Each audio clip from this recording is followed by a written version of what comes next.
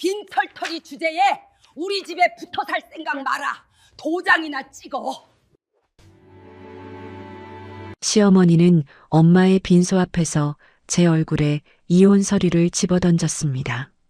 남편은 산 사람은 살아야지라며 고개조차 돌리지 않았어요. 다음 날 집에 가니 비밀번호가 바뀌어 있었고 8년간의 제 삶은 복도 위 종이박스 몇 개로 쌓여 있었습니다. 남편은 새 여자와 영상통화를 하며 저를 거추장스러운 짐덩어리라 불렀어요. 화면 속 그 여자는 저를 보며 킬킬거리며 웃었습니다. 하지만 저는 터져나오려는 웃음을 꾹 참았습니다. 그들이 그토록 사겠다고 안달인 을지로 건물 4채, 시가 2,400억 그 건물의 진짜 주인이 바로 저라는 사실을 그들은 꿈에도 몰랐거든요.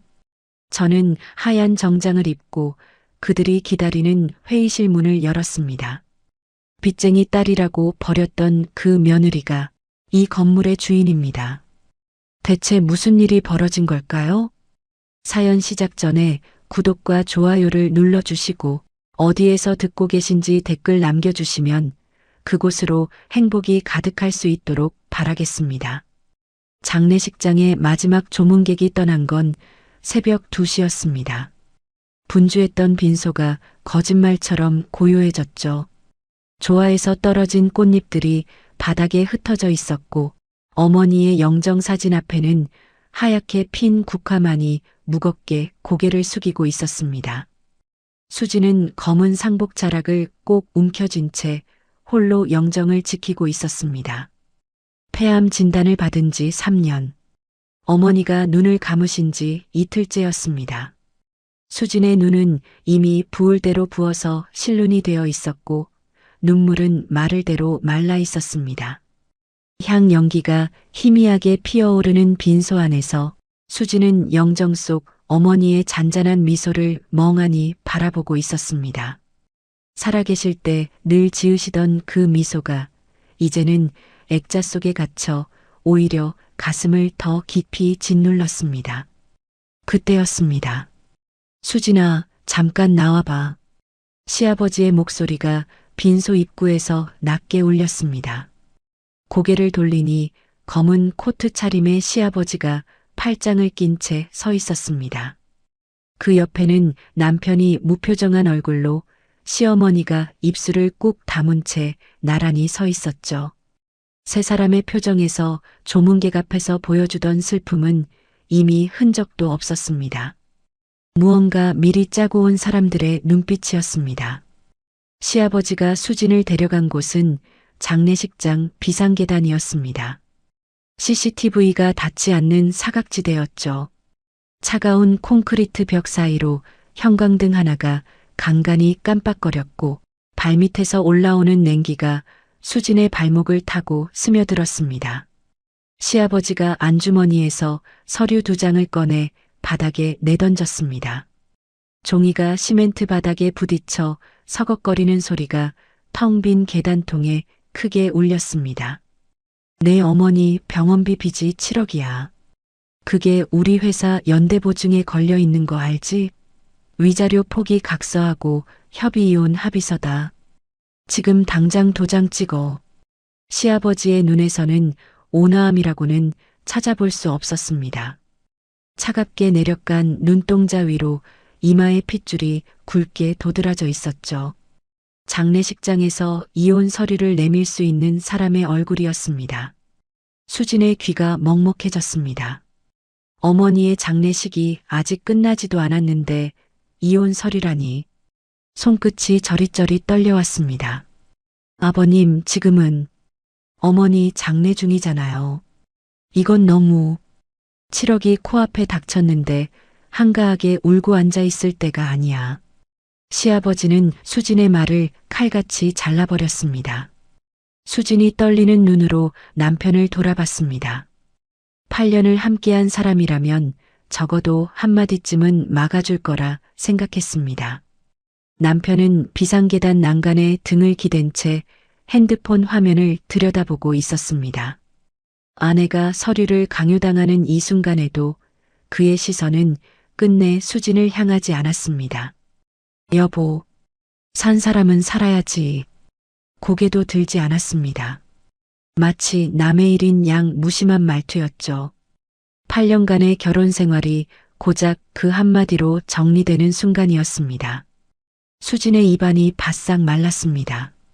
이 남자가 한때 자신의 손을 잡고 결혼을 약속했던 그 사람이 맞나 싶었습니다.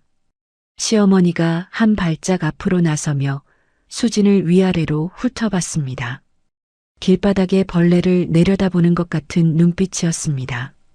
눈꼬리가 날카롭게 치켜 올라가 있었고 입꼬리에는 감추지도 않는 경멸이 서려 있었죠. 빈털터리 주제에 우리 집에 붙어 살 생각은 마.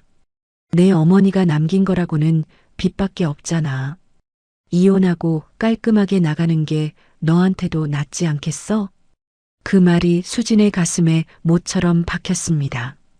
어머니가 돌아가신 지 이틀, 영정 앞 향불도 채 꺼지지 않았는데 이 사람들에게 어머니의 죽음은 그저 이혼을 밀어붙일 기회에 불과했던 겁니다. 수진의 목구멍 안쪽이 뜨겁게 달아올랐습니다. 터져 나오려는 울음을 이를 악물고 삼켰습니다. 여기서 울면 지는 것 같았습니다. 아니, 단 한 사람도 자기 편이 없는 이 비상계단에서 이미 진 싸움이라는 걸 수진도 알고 있었습니다. 수진은 천천히 허리를 굽혀 바닥에 서리를 주었습니다. 종이를 집어드는 손가락 끝이 하얗게 질려 있었죠. 떨리는 손으로 펜을 쥐고 위자료 포기 각서에 먼저 이름을 적었습니다. 글씨가 삐뚤빠뚤 흔들렸지만 아무도 신경 쓰지 않았습니다. 이어서 협의이혼 합의서에도 서명했습니다. 펜끝이 종이 위를 긁는 소리가 유난히 크게 들렸습니다. 시아버지가 서류를 낚아채듯 걷어들였습니다. 입꼬리가 실룩 올라가는 게 보였죠. 남편은 여전히 핸드폰에서 눈을 떼지 않은 채 계단을 올라갔고 시어머니는 코트 깃을 세우며 깔끔하게 정리됐네라고 중얼거리며 돌아섰습니다. 세 사람의 발소리가 차례로 멀어져 갔습니다. 형광등이 한번 깜빡이더니 비상계단에는 수진 혼자만 남았습니다. 다리에 힘이 풀렸습니다. 차가운 시멘트 바닥에 그대로 주저앉은 수진은 두 손으로 얼굴을 감쌌습니다. 소리 없이 온몸을 웅크린 채 어깨만 들썩거렸습니다. 상복 무릎에 시멘트 먼지가 하얗게 묻었지만 신경 쓸 여유도 없었습니다.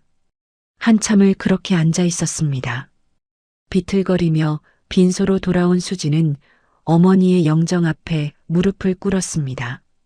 이마가 차가운 바닥에 닿았습니다. 엄마, 미안해. 나 아무것도 못했어. 그 목소리가 텅 빈 빈소에 메아리처럼 퍼져나갔습니다. 바로 그때였습니다. 빈소 입구에서 조용한 발소리가 들려왔습니다. 구두 뒤축이 바닥을 두드리는 소리가 일정한 간격으로 가까워졌죠. 고개를 든 수진의 시야에 낯선 남자의 실루엣이 들어왔습니다. 회색 캐시미어 코트에 은퇴 안경, 환갑을 넘긴 나이인데도 등이 꼿꼿했고 걸음걸이에는 흐트러짐이 없었습니다. 남자는 영정 사진 앞에 멈춰서서 한동안 말없이 어머니의 얼굴을 바라보았습니다. 그리고 조용히 향을 올리더니 깊이 허리를 숙였습니다. 그 절이 조문의 예의를 넘어 피부치만이 할 수 있는 깊은 애도의 무게를 담고 있었습니다. 수진의 심장이 멈칫했습니다. 10년이었습니다. 정확히 10년 동안 단 한 번의 연락도 없었던 외삼촌 정우가 이 새벽에 어머니의 빈소에 서 있었습니다. 수진의 기억 속 외삼촌은 어머니를 닮은 부드러운 인상이었는데 지금 눈앞의 정우는 세월만큼이나 깊어진 주름 사이로 날카로운 눈빛을 품고 있었습니다. 어딘가 범상치 않은 위험이 온몸에서 풍겨나왔죠. 정우는 수진의 부어오른 눈과 상복 무릎에 묻은 시멘트 먼지를 한눈에 훑어봤습니다. 무슨 일이 있었는지 묻지 않았습니다. 다만 턱 근육이 한번 단단하게 굳어졌다가 풀렸을 뿐이었죠. 마치 모든 상황을 한눈에 읽어낸 사람의 표정이었습니다. 정우가 품 안에서 작은 갈색 봉투를 꺼냈습니다. 낡은 크라프트지 봉투에 빨간 밀랍 봉인이 되어 있었고 겉면에는 어머니의 필체로 수진에게라고 적혀 있었습니다. 어머니가 살아계실 때 장부에 쓰시던 그 반듯한 글씨체 그대로였습니다. 명숙이가 나한테 이걸 전해달라고 했다. 지금은 열지 마. 모든 게 끝난 후에 열어라. 수진의 손이 저도 모르게 봉투를 향해 뻗어나갔습니다. 봉투를 쥐는 순간 안에서 작은 금속이 달그락거리는 촉감이 손바닥으로 전해졌습니다. 삼촌, 이게 뭔데요? 엄마가 왜? 때가 되면 다 알게 된다. 정호는 그 한마디를 끝으로 다시 영정을 바라보았습니다. 그의 눈가가 붉어져 있었지만 눈물은 끝내 흘리지 않았습니다. 마치 오래전부터 이 순간을 준비해온 사람처럼 슬픔마저 절제된 모습이었죠.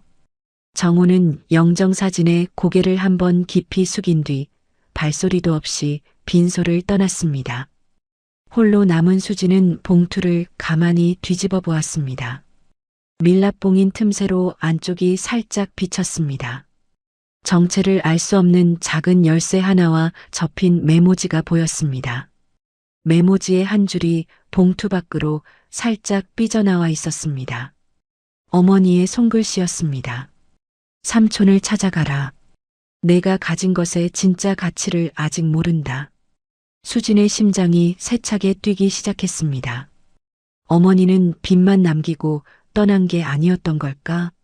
10년간 소식이 끊겼던 외삼촌이 하필 이 새벽에 나타난 것도, 이 봉투도, 안의 열쇠도 전부 어머니가 준비해둔 것이었을까? 시아버지가 내던진 서류에 고개를 숙였던 바로 그 순간에도 어머니는 이미 다른 무언가를 남겨두고 있었던 걸까? 수지는 봉투를 가슴에 꼭 안았습니다. 아까까지 온몸을 짓누르던 절망 한가운데에서 아주 작은 빛 하나가 깜빡이기 시작했습니다. 무엇인지는 알 수 없었지만 분명한 건 하나였습니다. 아직 끝이 아니라는 것. 어머니의 영정이 향 연기 너머로 잔잔히 미소 짓고 있었습니다. 장례를 치르고 나흘째 되는 날이었습니다. 시댁은 장례식 다음 날 곧바로 협의이혼 신청서를 가정법원에 접수했습니다. 수진이 서명한 합의서가 마르기도 전이었죠. 상복을 벗자마자 법원으로 달려간 셈입니다. 수진은 그 소식을 문자 한 통으로 받았습니다. 남편도 시아버지도 시어머니도 전화 한 통 없이 법원 접수 확인 문자만 덜렁 날아왔죠. 마치 사무적인 업무 처리를 끝냈다는 보고서 같았습니다. 수지는 장례식 이후 줄곧 장례식장 근처의 찜질방에 머물고 있었습니다. 돌아갈 곳이 애매했습니다. 결혼 전 살던 어머니의 을지로 집은 이미 임대사업용으로 전환된 지 오래였고 8년간 살던 강남 아파트에는 아직 짐이 그대로 있었습니다. 옷가지며 생활용품이며 어머니의 유품도 일부 그 집에 있었죠. 짐을 가지러 가야 했습니다. 강남 아파트 현관 앞에 선 건 오후 2시쯤이었습니다. 수지는 습관처럼 비밀번호를 눌렀습니다. 손가락이 기억하는 번호, 8년간 매일 눌러왔던 6자리였죠. 삐. 빨간 불이 들어왔습니다. 한 번 더 눌러봤습니다. 또 빨간 불. 세 번째도 마찬가지였습니다. 비밀번호가 바뀌어 있었습니다. 수진의 손가락이 허공에 멈췄습니다. 8년을 살았던 집인데 이혼 신청서를 접수한 바로 그날 비밀번호부터 바꿔버린 겁니다. 수진이 초인종을 누르려는 순간 엘리베이터 문이 열렸습니다. 남편이 용역업체 직원 2명을 데리고 나타났습니다. 파란색 작업복을 입은 남자들이 손수레를 끌고 있었고 남편은 한 손에 아이스 아메리카노를 들고 나른한 표정이었습니다. 마치 이삿짐 센터를 부른 집주인의 얼굴이었죠. 아내를 내보내는 남편의 얼굴이 아니었습니다. 왔어? 짐 빼뒀어. 확인하고 가져가. 남편의 말투는 택배 수령을 안내하는 것처럼 사무적이었습니다. 수진이 현관 너머를 들여다보니 복도에 골판지 박스 대여섯 개가 아무렇게나 쌓여 있었습니다. 옷장 속에 옷들이 구겨진 채 쑤셔 넣어져 있었고 화장대 서랍의 소품들은 비닐봉지에 뒤섞여 있었습니다. 30대 초반에 결혼해서 8년간 쌓아온 생활의 흔적이 이사용 박스 대여섯 개로 압축되어 복도에 놓여 있었습니다. 수진이 박스를 하나 열어보다가 손이 멈췄습니다. 결혼 첫 해에 남편과 함께 찍은 사진 액자가 깨져 있었습니다. 유리 파편 사이로 두 사람의 웃는 얼굴이 보였죠. 의도적으로 깬 건지 짐을 싸다 부딪힌 건지는 알 수 없었습니다. 다만 그 깨진 유리 위로 구겨진 앞치마와 낡은 실내화가 아무렇게나 얹혀져 있었습니다. 8년간 시댁 식구들의 밥을 짓고 빨래를 하던 전업주부의 흔적이 깨진 액자와 함께 쓰레기처럼 뒤섞여 있었습니다. 그때 남편의 핸드폰이 울렸습니다. 남편이 자연스럽게 영상통화를 받았습니다. 화면 너머로 젊은 여자의 얼굴이 환하게 나타났죠. 긴 머리에 또렷한 이목구비, 남편에게 오빠라고 부르는 목소리가 복도까지 또렷하게 울렸습니다. 오빠, 집 다 비웠어? 응, 거의 끝났어. 이제 우리만의 공간이야. 남편의 얼굴에 수진이 한 번도 본 적 없는 환한 웃음이 번졌습니다. 8년간의 결혼 생활에서 아내에게는 보여준 적 없는 그런 표정이었죠. 수진의 가슴이 서늘하게 식어갔습니다.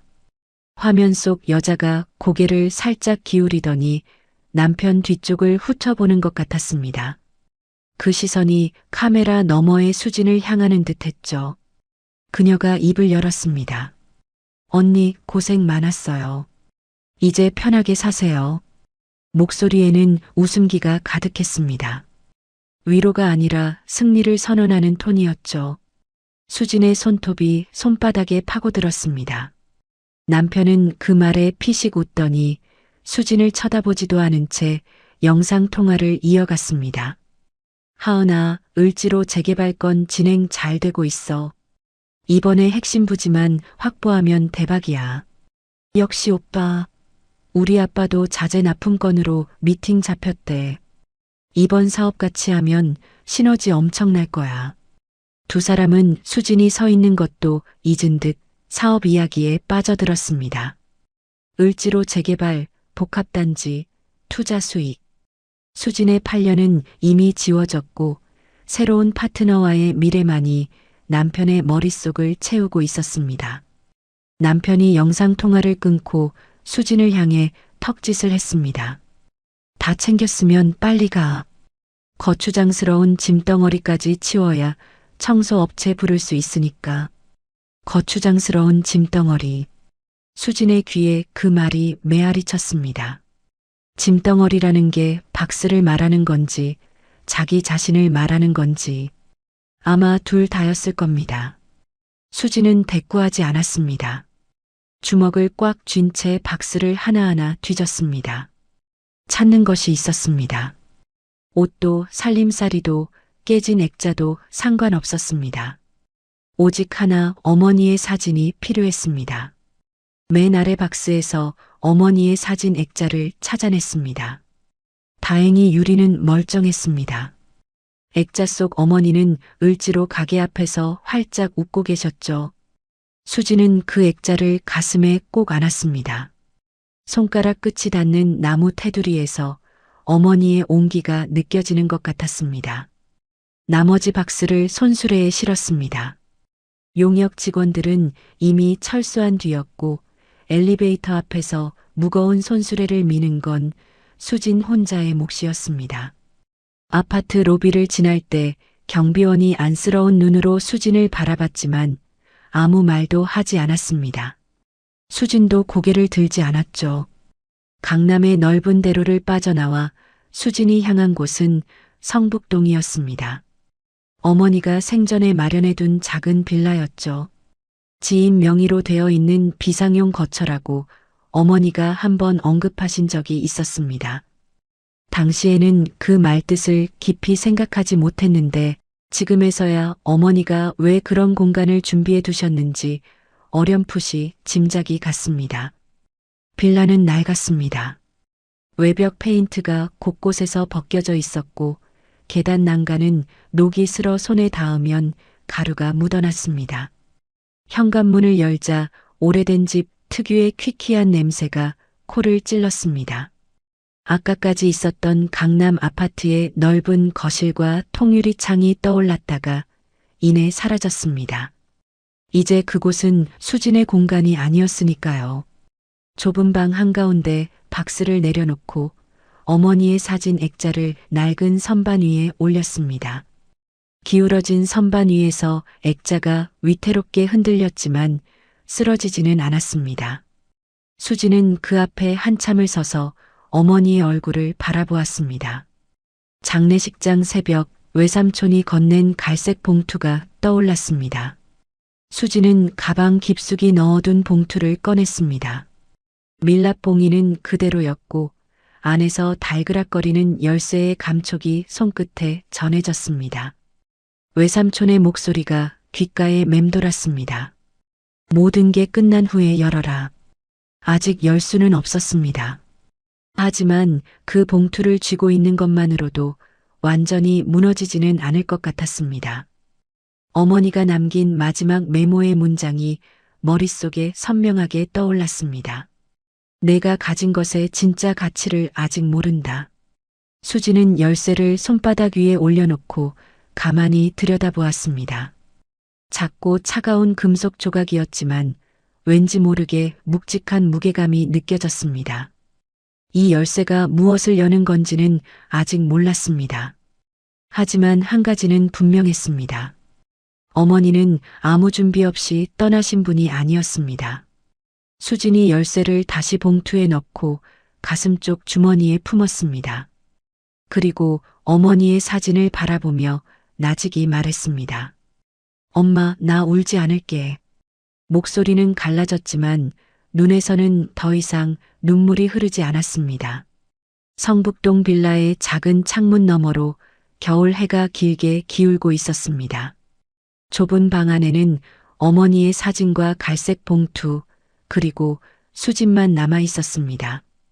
바깥에서 찬바람이 낡은 창틀 사이로 스며들었지만 수진의 눈빛만은 조금 전과 달라져 있었습니다. 아직 끝이 아닙니다. 이 이야기는 이제 막 시작된 겁니다. 성북동 빌라에서 나흘을 보낸 뒤 수진은 외삼촌을 찾아가기로 했습니다. 봉투 속 메모에는 이렇게 적혀 있었죠. 삼촌을 찾아가라. 내가 가진 것의 진짜 가치를 아직 모른다. 어머니가 남긴 마지막 말이었습니다. 수지는 그 문장을 수십 번 되뇌었지만 뜻을 알 수 없었습니다. 빛칠억을 남기고 떠나신 어머니가 대체 무슨 가치를 말하는 건지. 하지만 찾아가는 것 외에 다른 선택지는 없었습니다. 돌아갈 곳도 기댈 곳도 10년간 소식이 끊겼던 외삼촌 한정우밖에 남지 않았으니까요. 인터넷에 외삼촌의 이름을 검색하는 순간 수진의 손가락이 멈췄습니다. 한정우, 제19대 대법관, 63세에 임명되어 65세에 정년퇴임, 퇴임 후 대형 로펌 정우 법률 대표로 취임. 기사 사진 속의 얼굴이 장례식장 새벽에 본 그 얼굴과 겹쳤습니다. 회색 캐시미어 코트에 은퇴 안경, 꼿꼿한 등과 절제된 걸음걸이. 그 위험의 정체를 이제야 알겠었습니다. 수진의 기억 속 외삼촌은 명절에 용돈을 쥐어주시던 부드러운 인상의 친척 어른이었는데 그 사람이 대법관이었던 겁니다. 어머니는 한 번도 말씀하신 적이 없었습니다. 서울 서초동의 고층 빌딩 꼭대기에 정호 법률이 있었습니다. 로비에 들어서는 순간 수지는 위축될 수밖에 없었죠. 대리석 바닥에 구두 소리가 울려 퍼졌고 접수대 뒤로 양복을 빼입은 변호사들이 바쁘게 오가고 있었습니다. 수지는 낡은 패딩 점퍼에 운동화 차림이었습니다. 장례식이 끝나고 제대로 된 옷을 챙길 겨를도 없었으니까요. 접수대 직원이 의아한 눈으로 수진을 바라봤지만 이름을 대자마자 표정이 달라졌습니다. 곧바로 안쪽 회의실로 안내받았습니다. 대표 전용 회의실 문이 열리자 정우가 자리에서 일어났습니다. 장례식장 새벽과 달리 감정이 정돈된 얼굴이었지만 수진을 보는 눈에는 깊은 안쓰러움이 서려 있었습니다. 삼촌, 저 왔어요. 그래, 앉아라. 정우는 차를 권하지도 안부를 묻지도 않았습니다. 대신 회의실 한쪽 벽에 걸린 풍경화를 옆으로 밀었습니다. 그 뒤에 벽면 매립형 금고가 나타났죠. 다이얼 자물쇠가 아니라 작은 열쇠 구멍이 하나 뚫려 있었습니다. 봉투 안에 열쇠를 꺼내봐. 수진의 심장이 두근거렸습니다. 가슴 주머니에서 갈색 봉투를 꺼내 밀랍 봉인을 조심스럽게 뜯었습니다. 안에서 작은 황동 열쇠 하나가 손바닥 위로 떨어졌죠. 장례식장에서부터 품고 다녔던 바로 그 열쇠였습니다. 열쇠를 금고에 넣고 돌리자 묵직한 소리와 함께 금고 문이 열렸습니다. 안에는 서류 뭉치가 가지런히 쌓여 있었습니다. 맨 위에 놓인 파란색 클리어 파일을 꺼내 펼치는 순간 수진의 눈이 크게 떠졌습니다. WJ 홀딩스 법인 등기부등본. 대표이사란에 적힌 이름은 한수진이었습니다. 삼촌, 이게 제 이름인데요? 정우가 고개를 끄덕이며 나머지 서류를 하나씩 꺼내 테이블 위에 펼쳤습니다. 을지로 상가 건물 4채의 소유권 이전 등기 서류, 제주도 리조트 부지 매매 계약서, 그리고 WJ 홀딩스 명의의 자산 목록서. 서류 한 장 한 장이 테이블에 놓일 때마다 수진의 숨이 가빠졌습니다. 명숙이가 폐암 진단을 받은 건 3년 전이었어. 정우가 창밖을 바라보며 천천히 입을 열었습니다. 목소리가 낮았지만 한마디 한마디에 무게가 실려 있었죠. 보통 사람이라면 진단을 받고 무너졌을 거야. 그런데 명숙이는 달랐어. 진단서를 받아들고 나를 찾아왔을 때 그 눈빛이 아직도 잊히질 않는다. 울지 않았어. 대신 이렇게 말했지. 오빠, 나한테 시간이 얼마 없어. 수진이가 시댁한테 빈손으로 버려지게 만들 수는 없어. 수진의 가슴이 뜨거워졌습니다. 어머니가 항암 치료를 받으시면서도 유독 담담하셨던 이유를 이제야 조금 알 것 같았습니다. 명숙이는 3년 동안 을지로에서 자수성가로 일군 전 재산을 WJ 홀딩스라는 법인으로 옮겼어. 건물 명의 이전, 부지 매입, 사업 구조 정리까지 전부. 동시에 본인 명의의 재산은 영원으로 만들었고 항암 치료비 6억을 현금으로 지출해서 밖에서 보면 치료비로 전 재산을 탕진한 것처럼 보이게 만든 거야. 수진의 머릿속에서 퍼즐 조각이 맞춰지기 시작했습니다. 시아버지가 장례식장에서 내밀었던 그 서류, 병원비 빚 7억이라며 겁을 주던 그 말, 어머니의 빈 통장을 보고 시댁은 정말로 남은 것이 빚뿐이라고 믿었던 겁니다. 시댁은 명숙이의 실제 사업 규모를 정확히 몰랐어. 을지로에 작은 가게 몇 개 하는 정도로만 알고 있었지. 명숙이가 일부러 그렇게 보이도록 관리했고 그래서 속아 넘어간 거야. 정우가 자산 목록서를 수진 앞으로 밀었습니다. 을지로 건물 4채시가 합산 2,400억. 제주도 리조트 부지까지 합치면 3,000억이 넘는다. 전부 WJ 홀딩스 소유이고 WJ 홀딩스의 대표이사는 너야. 수진아, 이게 전부 내 거다. 3,000억. 수진의 귀에서 윙하는 소리가 났습니다. 서류를 쥔 손끝이 하얗게 질렸고 글자들이 눈앞에서 아른거렸습니다. 며칠 전까지 빈털터리 소리를 들으며 시멘트 바닥에 주저앉았던 사람이 3천억 자산의 대표였다니 현실감이 없었습니다. 다리에 힘이 풀려 의자 등받이에 등을 기댈 수밖에 없었죠. 정우가 금고에서 서류 뭉치를 하나 더 꺼냈습니다. 빨간 테이프로 봉인된 두꺼운 서류철이었습니다. 이건 아직 쓸 때가 아닌 무기야. 봉인을 풀자 안에서 두 묶음의 증거 자료가 나왔습니다. 첫 번째는 시아버지가 어머니의 상가 리모델링 공사에서 허위 하도급을 만들어 12억을 빼돌린 횡령 증거였습니다. 공사 계약서, 하도급 명세서, 실제 시공 내역 비교 자료가 빼곡히 정리되어 있었죠. 어머니가 직접 피해자였기 때문에 누구보다 정확한 자료를 확보해 두실 수 있었던 겁니다. 두 번째 묶음은 남편의 유령회사를 통한 비자금 조성 및 탈세 내역이었습니다. 명숙이가 박종태의 횡령을 발견한 뒤에 나한테 시댁 전체를 조사해달라고 의뢰했어. 우리 로펌 조사팀이 태성건설의 하도급 거래를 추적하는 과정에서 재혁이 개인적으로 유령회사를 만들어 기자금을 조성하고 탈세한 내역까지 드러난 거야. 정우가 증거 서류를 다시 금고 안에 넣으며 단호하게 말했습니다. 이건 마지막에 쓸 무기다. 아직은 때가 아니야. 이걸 너무 일찍 꺼내면 그쪽에서 증거를 인멸하거나 도주할 수 있어. 그들이 가장 높은 곳에 올라갔을 때 발밑을 빼는 거야. 금고 문이 다시 닫혔습니다. 수지는 테이블 위에 남은 서류 뭉치를 다시 한번 내려다봤습니다. 맨 위 서류의 여백에 어머니의 손글씨가 적혀 있었습니다. 장부에 쓰시던 반듯한 글씨체, 펜 끝이 살짝 떨린 흔적이 보였습니다.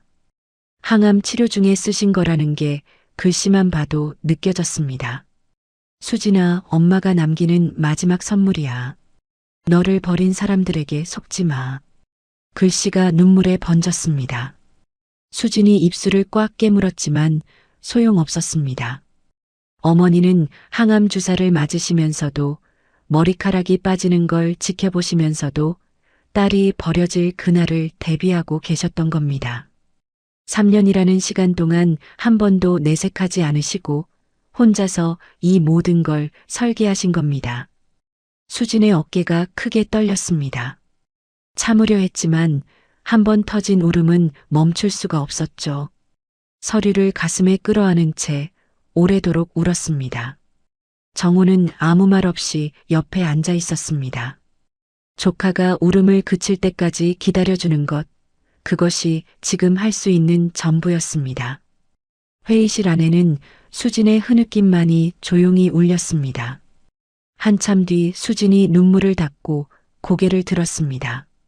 부은 눈이 빨갛게 충혈되어 있었지만 눈동자 안쪽에는 아까와 전혀 다른 빛이 들어차 있었습니다. 삼촌, 저 반드시 지켜낼게요. 엄마가 남긴 것 한 푼도 뺏기지 않을게요. 정우가 수진의 눈을 들여다봤습니다. 여동생 명숙이를 닮은 그 눈에서 결의를 확인한 정우의 입가에 희미한 미소가 스쳤습니다. 명숙이도 내가 그렇게 말할 줄 알고 있었을 거다. 서초동 빌딩의 통유리 너머로 서울 시내가 펼쳐져 있었습니다. 그 도시 어딘가에서 시댁은 빈털터리가 된 전 며느리를 비웃고 있겠죠. 하지만 그들은 아직 모르고 있었습니다. 자신들이 내쫓은 그 여자가 3천억의 주인이라는 사실을, 그리고 자신들의 범죄 증거가 이 금고 안에 잠들어 있다는 사실을. 이야기의 방향이 완전히 바뀌는 순간이었습니다. 금고 속 진실을 알게 된 지 일주일. 수지는 매일 정우의 로펌을 찾아가 서류를 정리했습니다. WJ 홀딩스의 자산 구조, 건물 임대 현황, 제주도 부지의 법적 상태까지. 어머니가 3년간 쌓아 올린 설계도는 치밀했지만 이것을 실제로 운영할 사람은 수진 자신이었습니다. 대형 회계법인에서 6년간 일했던 경력이 있었지만 시어머니의 강요로 퇴직한 지 8년이나 지나 있었죠. 재무제표를 다시 읽는 손이 처음에는 어색하게 떨렸습니다. 하지만 숫자를 읽는 감각이라는 건 완전히 사라지지 않더군요.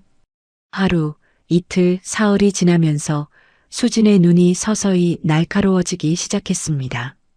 일주일째 되는 날 오후 정우가 수진을 대표 회의실로 불렀습니다. 소개시켜줄 사람이 있다. 회의실 문을 열자 한 남자가 창가에 서 있었습니다. 검은 슬림핏 정장에 넥타이 없이 셔츠 첫 단추를 풀어 헤친 차림이었죠.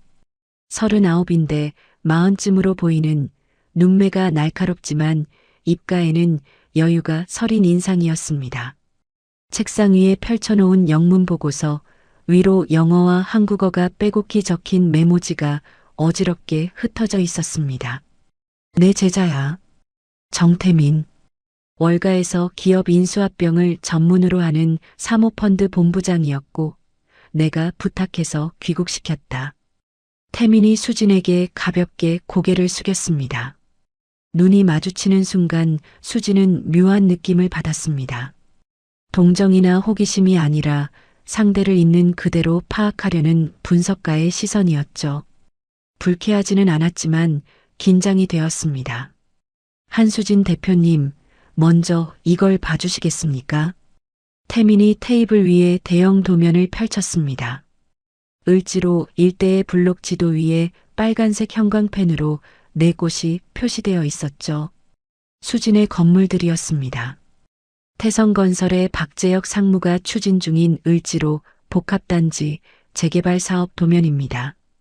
상업시설, 오피스, 주거 복합으로 설계되어 있고 총 사업비 예상 규모는 약 8천억 원. 금융권 프로젝트 파이낸싱으로 자금을 조달할 계획이죠. 태민의 손가락이 빨간 표시 4곳을 차례로 짚었습니다. 문제는 여기입니다. 이 재개발 구역의 핵심 부지 4곳이 전부 WJ홀딩스 소유, 즉 대표님의 건물입니다. 이 4곳을 확보하지 못하면 사업구역 자체가 성립되지 않습니다. 건물 사이에 구멍이 뚫리는 셈이니까요. 쉽게 말해서 대표님이 승낙하지 않으면 이 사업은 한 발짝도 앞으로 나갈 수 없습니다. 수진의 눈이 도면 위를 천천히 훑었습니다. 을지로의 익숙한 골목길이 빨간색 경계선 안에 들어와 있었죠. 어머니가 수십 년간 일궈온 터전이 그 사람들의 사업 한가운데에 놓여 있었던 겁니다. 재혁이 유아은과 영상통화에서 신나게 이야기하던 그 재개발이 수진의 건물 없이는 모래 위의 성이었습니다. 그들은 이 건물의 진짜 주인이 누군지 아직 모르는 거죠? 네. WJ홀딩스라는 법인 이름만 알고 있을 뿐 대표가 누구인지는 파악하지 못하고 있습니다. 법인 등기부에 대표 이름이 나오긴 하지만 한수진이라는 이름과 전 며느리를 연결시킬 이유가 없으니까요. 빈털터리 전 며느리가 3천억 자산의 대표라고는 상상도 못할 겁니다. 수진의 입꼬리가 미세하게 떨렸습니다. 분노인지 쾌감인지 모를 감정이 가슴 밑바닥에서 올라왔습니다. 태민이 도면을 접으며 목소리를 낮췄습니다. 한 가지 제안을 드려도 되겠습니까? 말씀하세요. 지금 바로 정체를 밝히시면 안 됩니다. 태민이 화이트보드에 타임라인을 그리기 시작했습니다. 현재 시점, 태성건설의 사업 일정, 금융권 대출 심사 시기, 투자 유치 발표 예정일이 순서대로 적혀 나갔습니다. 박재혁은 지금 이 사업에 모든 것을 걸고 있습니다. 은행 대출, 투자 유치, 자재 납품 계약까지. 사업이 진행될수록 그쪽이 쏟아붓는 돈과 신용은 커지고 빠져나올 수 없는 상태가 됩니다. 가장 높은 곳에 올라갔을 때 발판을 빼야 합니다. 그래야 다시는 일어서지 못하죠. 냉정한 말이었지만 그 안에 감정은 없었습니다.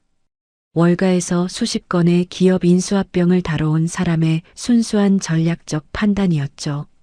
수지는 그 냉정함이 오히려 신뢰가 갔습니다. 감정에 휘둘리는 복수가 아니라 계산된 전략이 필요한 시점이었으니까요. 알겠습니다. 기다리겠습니다. 수진의 대답에 태민이 잠깐 놀란 듯 눈을 깜빡였습니다. 보통 사람이라면 분노를 참지 못하고 당장 정체를 밝히겠다고 했을 텐데 이 사람은 기다리겠다고 했습니다. 태민은 그 순간 수진을 다시 봤습니다. 피해자가 아니라 자기 판단력을 가진 경영인의 눈이었죠. 그날 밤 수진은 성북동 빌라로 돌아와 노트북을 펼쳤습니다. 태성건설의 공시 재무제표, 감사보고서, 사업보고서를 금융감독원 전자공시 시스템에서 하나씩 내려받았습니다.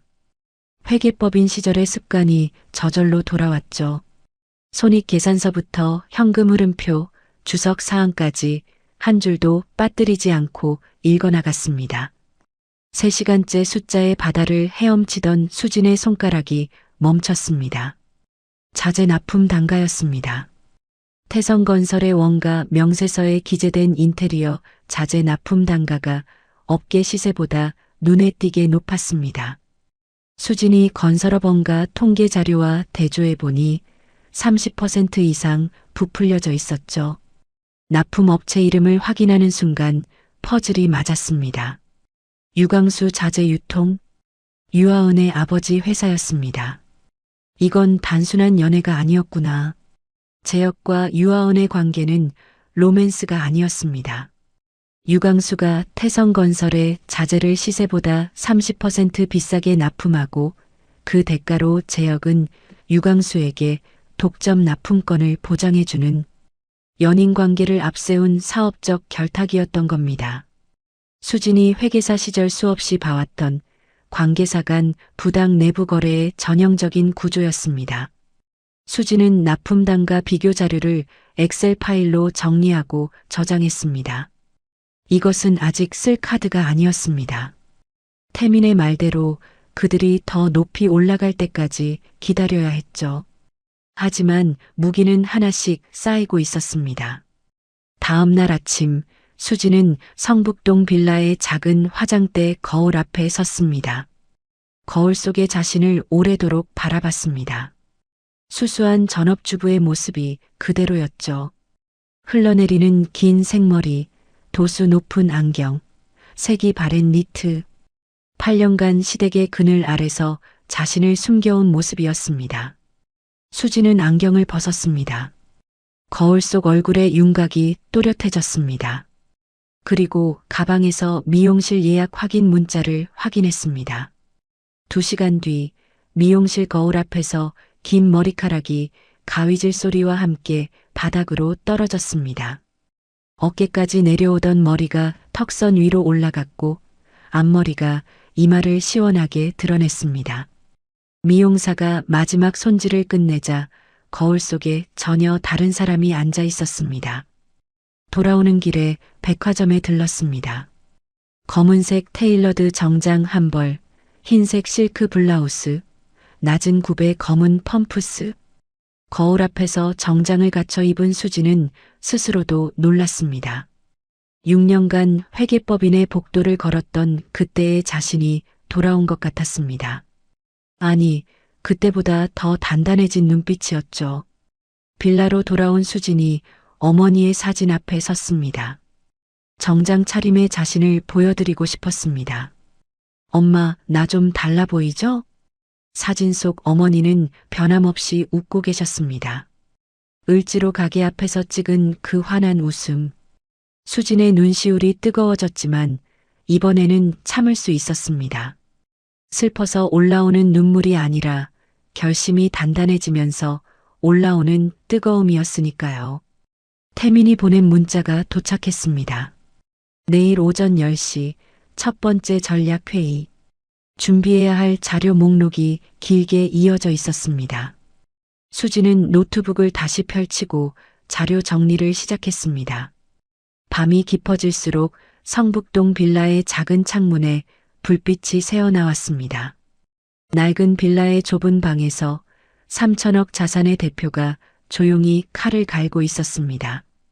서울 강남 어딘가에서 재혁이 유아은과 와인잔을 기울이며 재개발의 장밋빛 미래를 꿈꾸고 있을 바로 그 시간에 두세 개는 아직 서로를 모르고 있었습니다. 하지만 그 거리는 하루하루 좁혀지고 있었죠. 첫 번째 칼은 소리 없이 날아갔습니다. 수진이 외모를 바꾸고 전략을 세운 지 열흘째 되는 날, WJ 홀딩스 명의의 내용 증명 한 통이 유광수 자재 유통 사무실로 배달되었습니다. 수신이는 유광수, 수진이 소유한 을지로 건물 3층에 사무실을 임차하고 있는 유아은 아버지의 회사였죠. 내용 증명에는 세 가지가 적혀 있었습니다. 첫째, 임대료 3개월 연체에 대한 즉시 납부 요청. 둘째, 임차 계약 조건에 명시되지 않은 시설 무단 개조에 대한 원상복구 요구. 셋째, 인근 입주사로부터 접수된 소음, 민원에 따른 시정 권고. 세 가지 중 하나라도 30일 이내에 해소되지 않을 경우 임대차 계약 해지 및 강제 퇴거 절차에 돌입한다는 마지막 문구가 굵은 글씨로 찍혀 있었습니다. 유광수는 그 내용 증명을 받아들고 한참을 들여다봤습니다. WJ 홀딩스라는 이름이 낯설었죠. 그동안 건물 관리는 부동산 관리 업체를 통해 이루어졌기 때문에 실제 건물주가 누구인지 신경 쓸 일이 없었습니다. 유광수는 코웃음을 쳤습니다. 연체료 좀 밀린 걸 가지고 법적 조치를 운운하다니 허세 부리는 소규모 법인이겠거니 했던 겁니다. 하지만 문제는 시설 무단 개조였습니다. 유광수는 임차 계약 후 건물주 동의 없이 사무실 내부 벽을 허물고 자재 전시장으로 개조해버린 상태였거든요. 원상복구를 하려면 수천만 원이 들고 전시장을 없애면 거래처 미팅 자체가 불가능해졌습니다. 유광수의 코웃음이 점점 사라졌습니다. 유아은에게 전화가 갔습니다. 하은아, 건물주가 갑자기 내용 증명을 보내왔어. WJ 홀딩스라는 데인데 내가 좀 알아봐. 유아은이 인터넷을 검색했지만 WJ 홀딩스에 대한 정보는 거의 나오지 않았습니다. 법인 등기부를 떼어봐도 대표이사 한수진이라는 이름뿐이었죠. 유아은에게 그 이름은 아무 의미가 없었습니다. 전 남편의 전처 이름 따위를 기억하고 있을 리가 없었으니까요. 첫 번째 칼이 꽂혔지만 그들은 아직 누가 칼을 던졌는지 모르고 있었습니다. 두 번째 압박은 수진의 손이 아니라 시장이 스스로 만들어냈습니다. 태성건설이 추진 중인 을지로 재개발 사업의 핵심 부지 미매입 사실이 신용평가사의 정기조사에서 포착된 겁니다. 8천억 규모의 프로젝트 파이낸싱을 추진하면서 사업구역 내 핵심 부지 4곳을 아직 확보하지 못했다는 건 금융권 입장에서 심각한 리스크였습니다. 은행들의 태도가 달라졌습니다. 재역이 대출 심사를 위해 시중은행을 돌기 시작했지만 문전박대를 당하기 시작했습니다. 박상무님, 핵심 부지 매입이 미완료된 상태에서는 리스크가 너무 큽니다. 부지 확보 후에 다시 논의하시죠. 첫 번째 은행에서 거절당하고 두 번째 은행에서도 같은 말을 들었습니다. 세 번째, 네 번째도 마찬가지였죠. 재역의 얼굴이 점점 굳어갔습니다.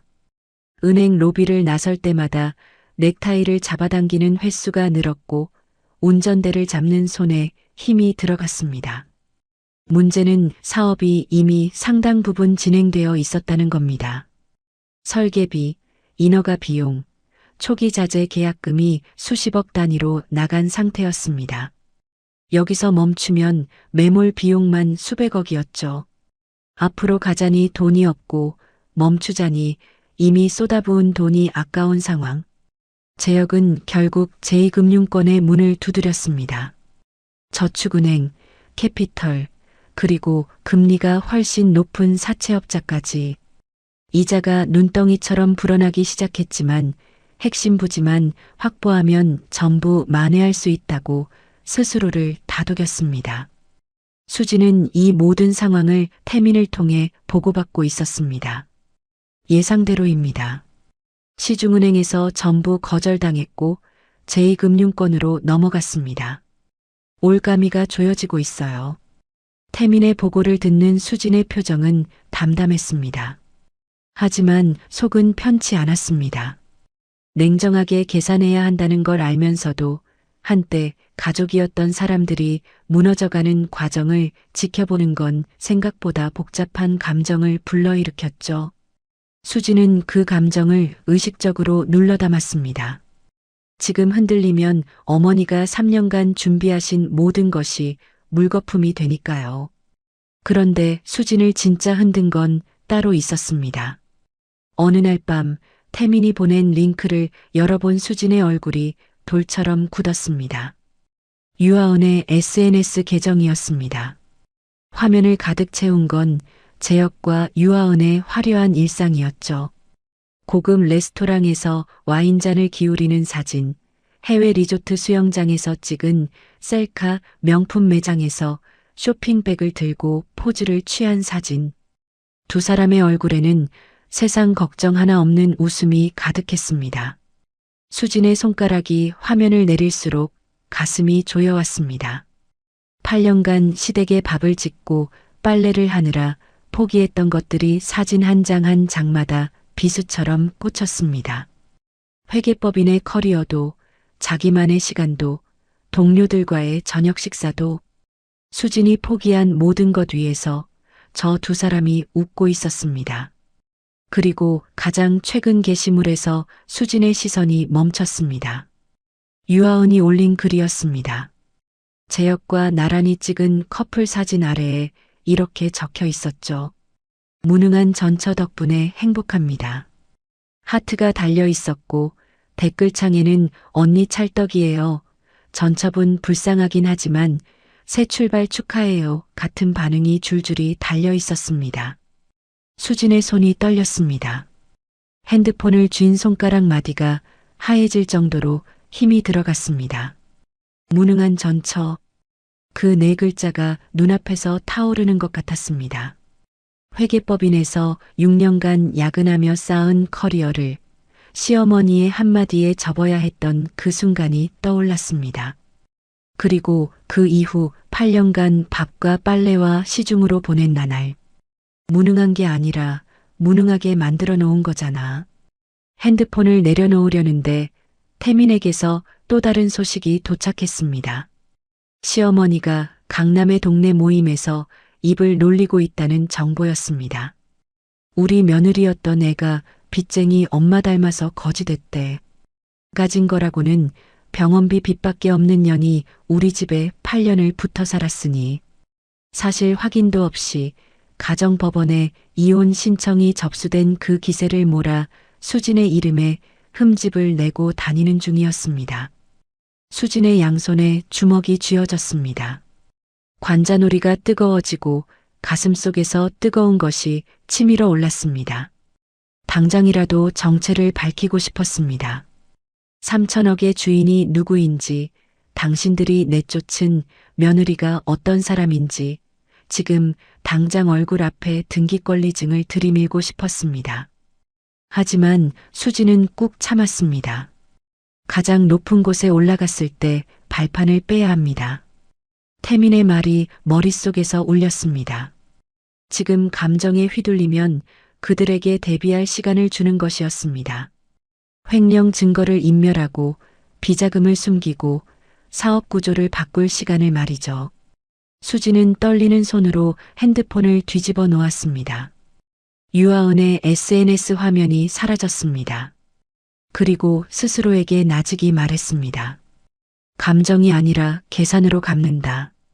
책상 위에는 태성건설의 재무제표와 유광수의 납품단가 비교 자료가 펼쳐져 있었습니다. 수지는 다시 숫자의 세계로 돌아갔습니다. 분노를 삼킬 때마다 복수의 칼날은 더 날카로워졌습니다. 감정이 흔들릴 때마다 펜을 잡았고 눈물이 차오를 때마다 엑셀 시트를 열었습니다. 성북동 빌라의 작은 창 너머로 서울의 야경이 보였습니다. 저 불빛들 사이 어딘가에서 재혁은 사채 이자를 계산하고 있을 것이고 유아은은 새 게시물에 달린 좋아요, 술을 새고 있을 것이고 시어머니는 내일 모임에서 할 험담거리를 궁리하고 있겠죠. 그들은 자기들이 밟고 선 땅이 누구의 것인지 조여오는 올가미가 얼마나 단단한지 모르고 있었습니다. 수진이 어머니의 사진을 바라봤습니다. 사진 속 어머니의 미소가 오늘따라 유난히 의미심장해 보였습니다. 마치 잘 참고 있구나, 수진아라고 말씀하시는 것 같았죠. 엄마, 조금만 더 기다려. 아직 때가 아니야. 수진의 목소리는 낮았지만 그 안에 담긴 단단함은 며칠 전과 비교할 수 없을 만큼 깊어져 있었습니다. 복수의 올가미는 소리 없이 하지만 확실하게 조여지고 있었습니다. 편지는 매일 같은 시간에 도착했습니다. WJ 홀딩스 사무실로 배달되는 태성건설 명의의 공문이었죠. 발신인은 박재혁, 수신인은 WJ 홀딩스 대표이사. 내용은 매번 같았습니다. 을지로 핵심 부지 4곳에 대한 매각 협상을 요청드립니다. 귀사가 원하시는 금액을 전액 맞춰드리겠습니다. 회신 부탁드립니다. 정중한 문체 아래로 조급함이 절절히 묻어나는 편지였습니다.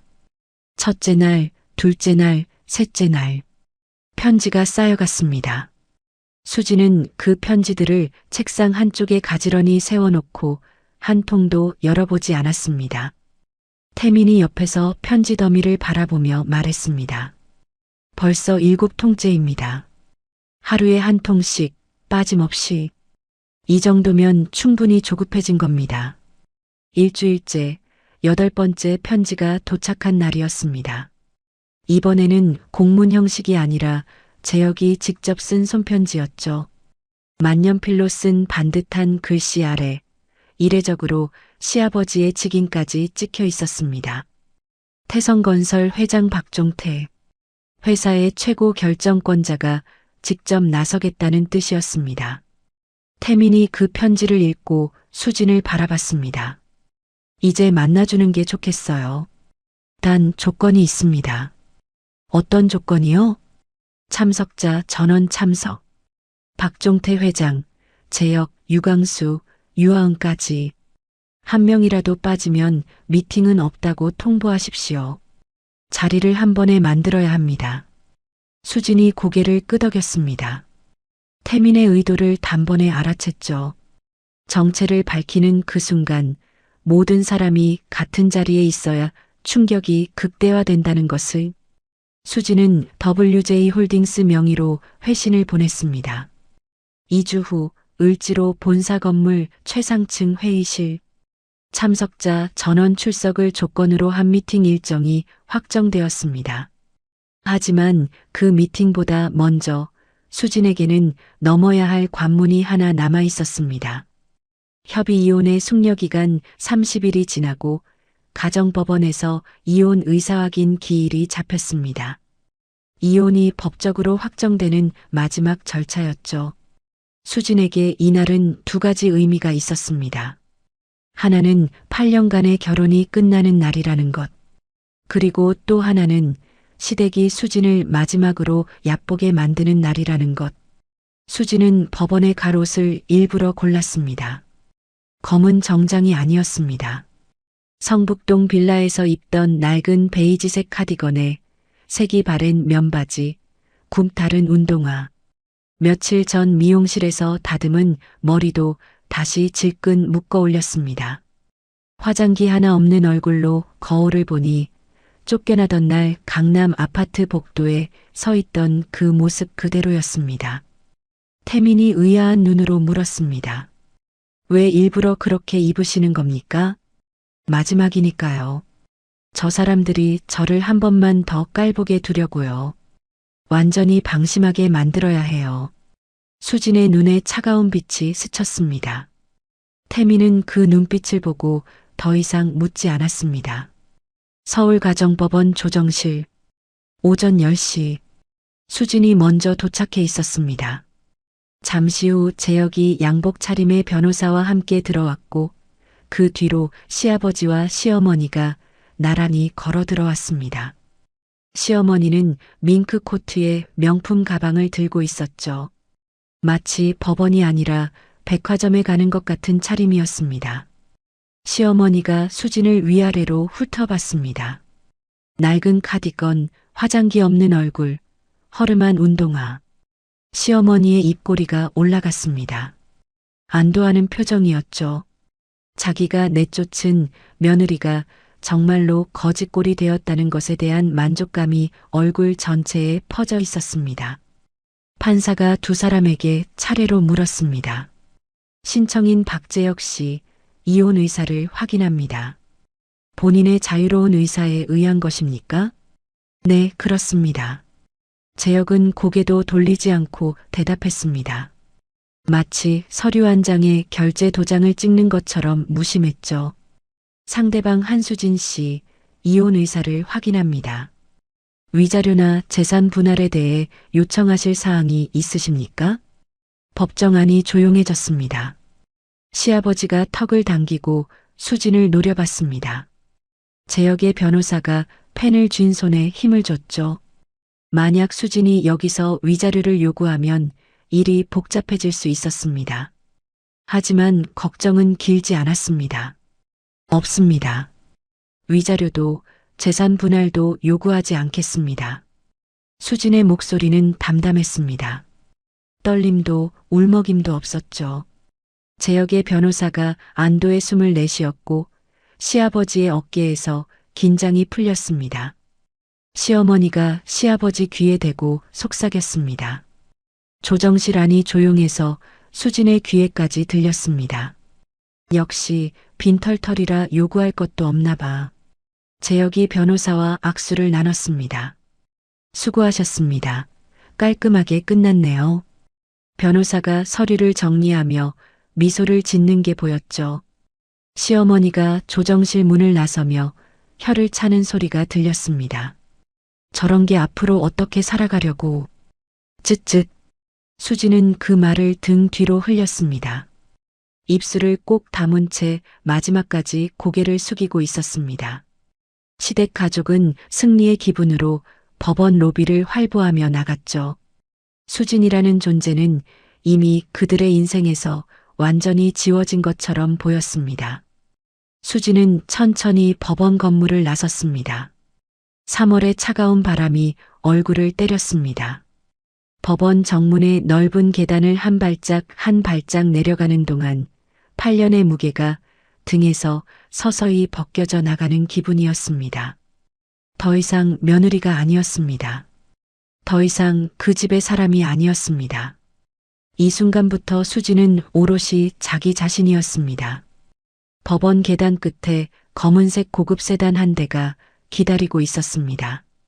부드러운 엔진 소리를 내며 정차해 있는 차의 뒷좌석 문이 열렸습니다. 태민이 차에서 내려 정중히 허리를 숙였습니다. 검은 슬림핏 정장에 깃이 세워진 셔츠. 법원 앞에 서 있는 그의 모습은 마치 수진을 마중 나온 개인 수행원처럼 보였죠. 오래 기다리셨습니다. 그 한마디였습니다. 하지만 그 안에 담긴 의미는 오늘 하루만의 기다림이 아니었습니다. 8년간의 참음, 어머니의 3년간 준비, 그리고 지난 몇 주간의 인내. 그 모든 기다림이 끝났다는 선언 같은 한마디였습니다. 수진이 차에 오르려다 발을 멈췄습니다. 뒤를 돌아봤습니다. 법원 로비에서 재혁과 시아버지, 시어머니가 막 계단을 내려오고 있었죠. 재혁이 핸드폰을 들고 유아은에게 통화하는 것이 보였습니다. 끝났어. 깔끔하게 정리됐어. 웃으면서 말하고 있었죠. 수진이 가방에서 선글라스를 꺼내 썼습니다. 낡은 카디건 위로 선글라스를 올린 얼굴이 묘하게 달라 보였습니다. 허름한 옷차림과는 전혀 어울리지 않는 날카롭고 차가운 눈매가 렌즈 너머로 빛나고 있었죠. 수진이 재혁을 똑바로 바라봤습니다. 재혁이 통화를 하다 말고 수진의 시선을 느꼈는지 고개를 돌렸습니다. 두 사람의 눈이 마주쳤습니다. 검은 세단 옆에 서 있는 전처의 모습이 어딘가 달라 보인다는 것을 재혁도 감지한 모양이었죠. 이상하다는 듯 눈을 가늘게 떴습니다. 수진의 입가에 미소가 번졌습니다. 따뜻한 미소가 아니었습니다. 차갑고 정확하고 의미를 품은 미소였습니다. 곧 다시 보게 될 거야. 기대해. 목소리는 크지 않았지만 법원 계단의 넓은 공간에서 또렷하게 울렸습니다. 재혁의 표정이 굳었습니다. 전화기 너머 유아은의 목소리가 오빠, 왜 그래? 라고 물었지만 재혁은 대답하지 못했습니다. 수진이 세단에 올라탔습니다. 태민이 문을 닫고 운전석으로 돌아갔죠. 부드러운 엔진 소리와 함께 검은 세단이 법원을 떠났습니다. 차 안에서 수진은 선글라스를 벗고 깊은 숨을 내쉬었습니다. 손이 미세하게 떨리고 있었지만 입가의 미소는 사라지지 않았습니다. 법원 계단 위에서 재혁이 멍하니 세단의 뒷모습을 바라보고 있었습니다. 여보, 뭐야 저 차? 시어머니의 목소리가 옆에서 들렸지만 재혁의 귀에는 들어오지 않았습니다. 빈털털이라고 생각했던 전처 앞에 검은 고급 세단이 대기하고 있었다는 사실, 넥타이를 맨 남자가 허리를 숙이며 문을 열어줬다는 장면, 그리고 무엇보다 수진이 마지막에 보여준 그 미소. 8년 결혼 생활 동안 한 번도 본 적 없는 종류의 미소였습니다. 재혁이 중얼거렸습니다. 저 여자 뭔가 이상한데. 시아버지가 뒤에서 재혁의 어깨를 두드렸습니다. 뭘 그러냐, 빈 수레가 요란한 거지. 가자. 하지만 재혁의 발은 쉽게 떨어지지 않았습니다. 가슴 한구석에서 설명할 수 없는 불안이 싹트기 시작했습니다. 작은 가시 같은 것이 심장 근처에 박힌 느낌이었죠. 한편 세단 뒷좌석에서 수진이 창밖을 바라보고 있었습니다. 서울의 거리가 스쳐 지나갔습니다. 더 이상 누구의 며느리도 누구의 아내도 아닌 사람이 된 오후였습니다. 태민이 백미러 너머로 수진을 바라보며 조용히 물었습니다. 괜찮으세요? 수진이 시선을 창밖에 둔 채 대답했습니다. 네. 이제 진짜 시작이에요. 2주 후 을지로 최상층 회의실. 그곳에서 모든 것이 뒤집힐 예정이었습니다. 을지로 핵심 건물 최상층. 통유리 너머로 서울 시내가 한눈에 내려다 보이는 회의실이었습니다. 긴 회의 테이블 위에는 생수병과 서류 바인더가 가지런히 놓여 있었고 벽면에는 을지로 재개발 조감도가 대형 프레임에 걸려 있었습니다. 종태가 상석에 앉아 시계를 들여다보며 턱을 괴고 있었죠. 약속 시간보다 30분이나 일찍 도착한 것이 그의 조급함을 말해주고 있었습니다. 미자가 옆자리에서 거울을 꺼내 립스틱을 고쳐 바르고 있었습니다. 이런 자리에 부인이 올 필요가 있나 싶으면서도 수천억짜리 건물주를 만난다는 말에 눈이 번뜩였던 겁니다. 명품 귀걸이를 매만지는 손가락에 여유가 서려 있었죠. 재혁은 창가에 서서 핸드폰을 만지작거리고 있었습니다. 겉으로는 태연해 보였지만 법원에서 수진이 보여준 그 미소가 며칠째 머릿속을 떠나지 않고 있었습니다. 곧 다시 보게 될 거야. 그 말이 귓가에 맴돌 때마다 이유 모를 서늘함이 등줄기를 타고 올라왔습니다. 하지만 그것도 잠시. 재혁은 고개를 저으며 생각을 털어냈죠. 빈 수레가 요란한 거라고, 아버지의 말이 맞을 거라고. 광수가 테이블 끝자리에서 다리를 떨고 있었습니다. 옆에 앉은 하은이 아버지의 무릎을 눌러 다리 떨기를 멈추게 하면서 속삭였습니다. 아빠, 건물주 앞에서 그러면 안 돼. 침착하게. 하은은 짧은 재킷에 펜을 꽂은 채 사업가의 표정을 하고 있었지만 눈이 수시로 회의실 문 쪽을 훑고 있었습니다. 광수가 작은 목소리로 투덜거렸습니다.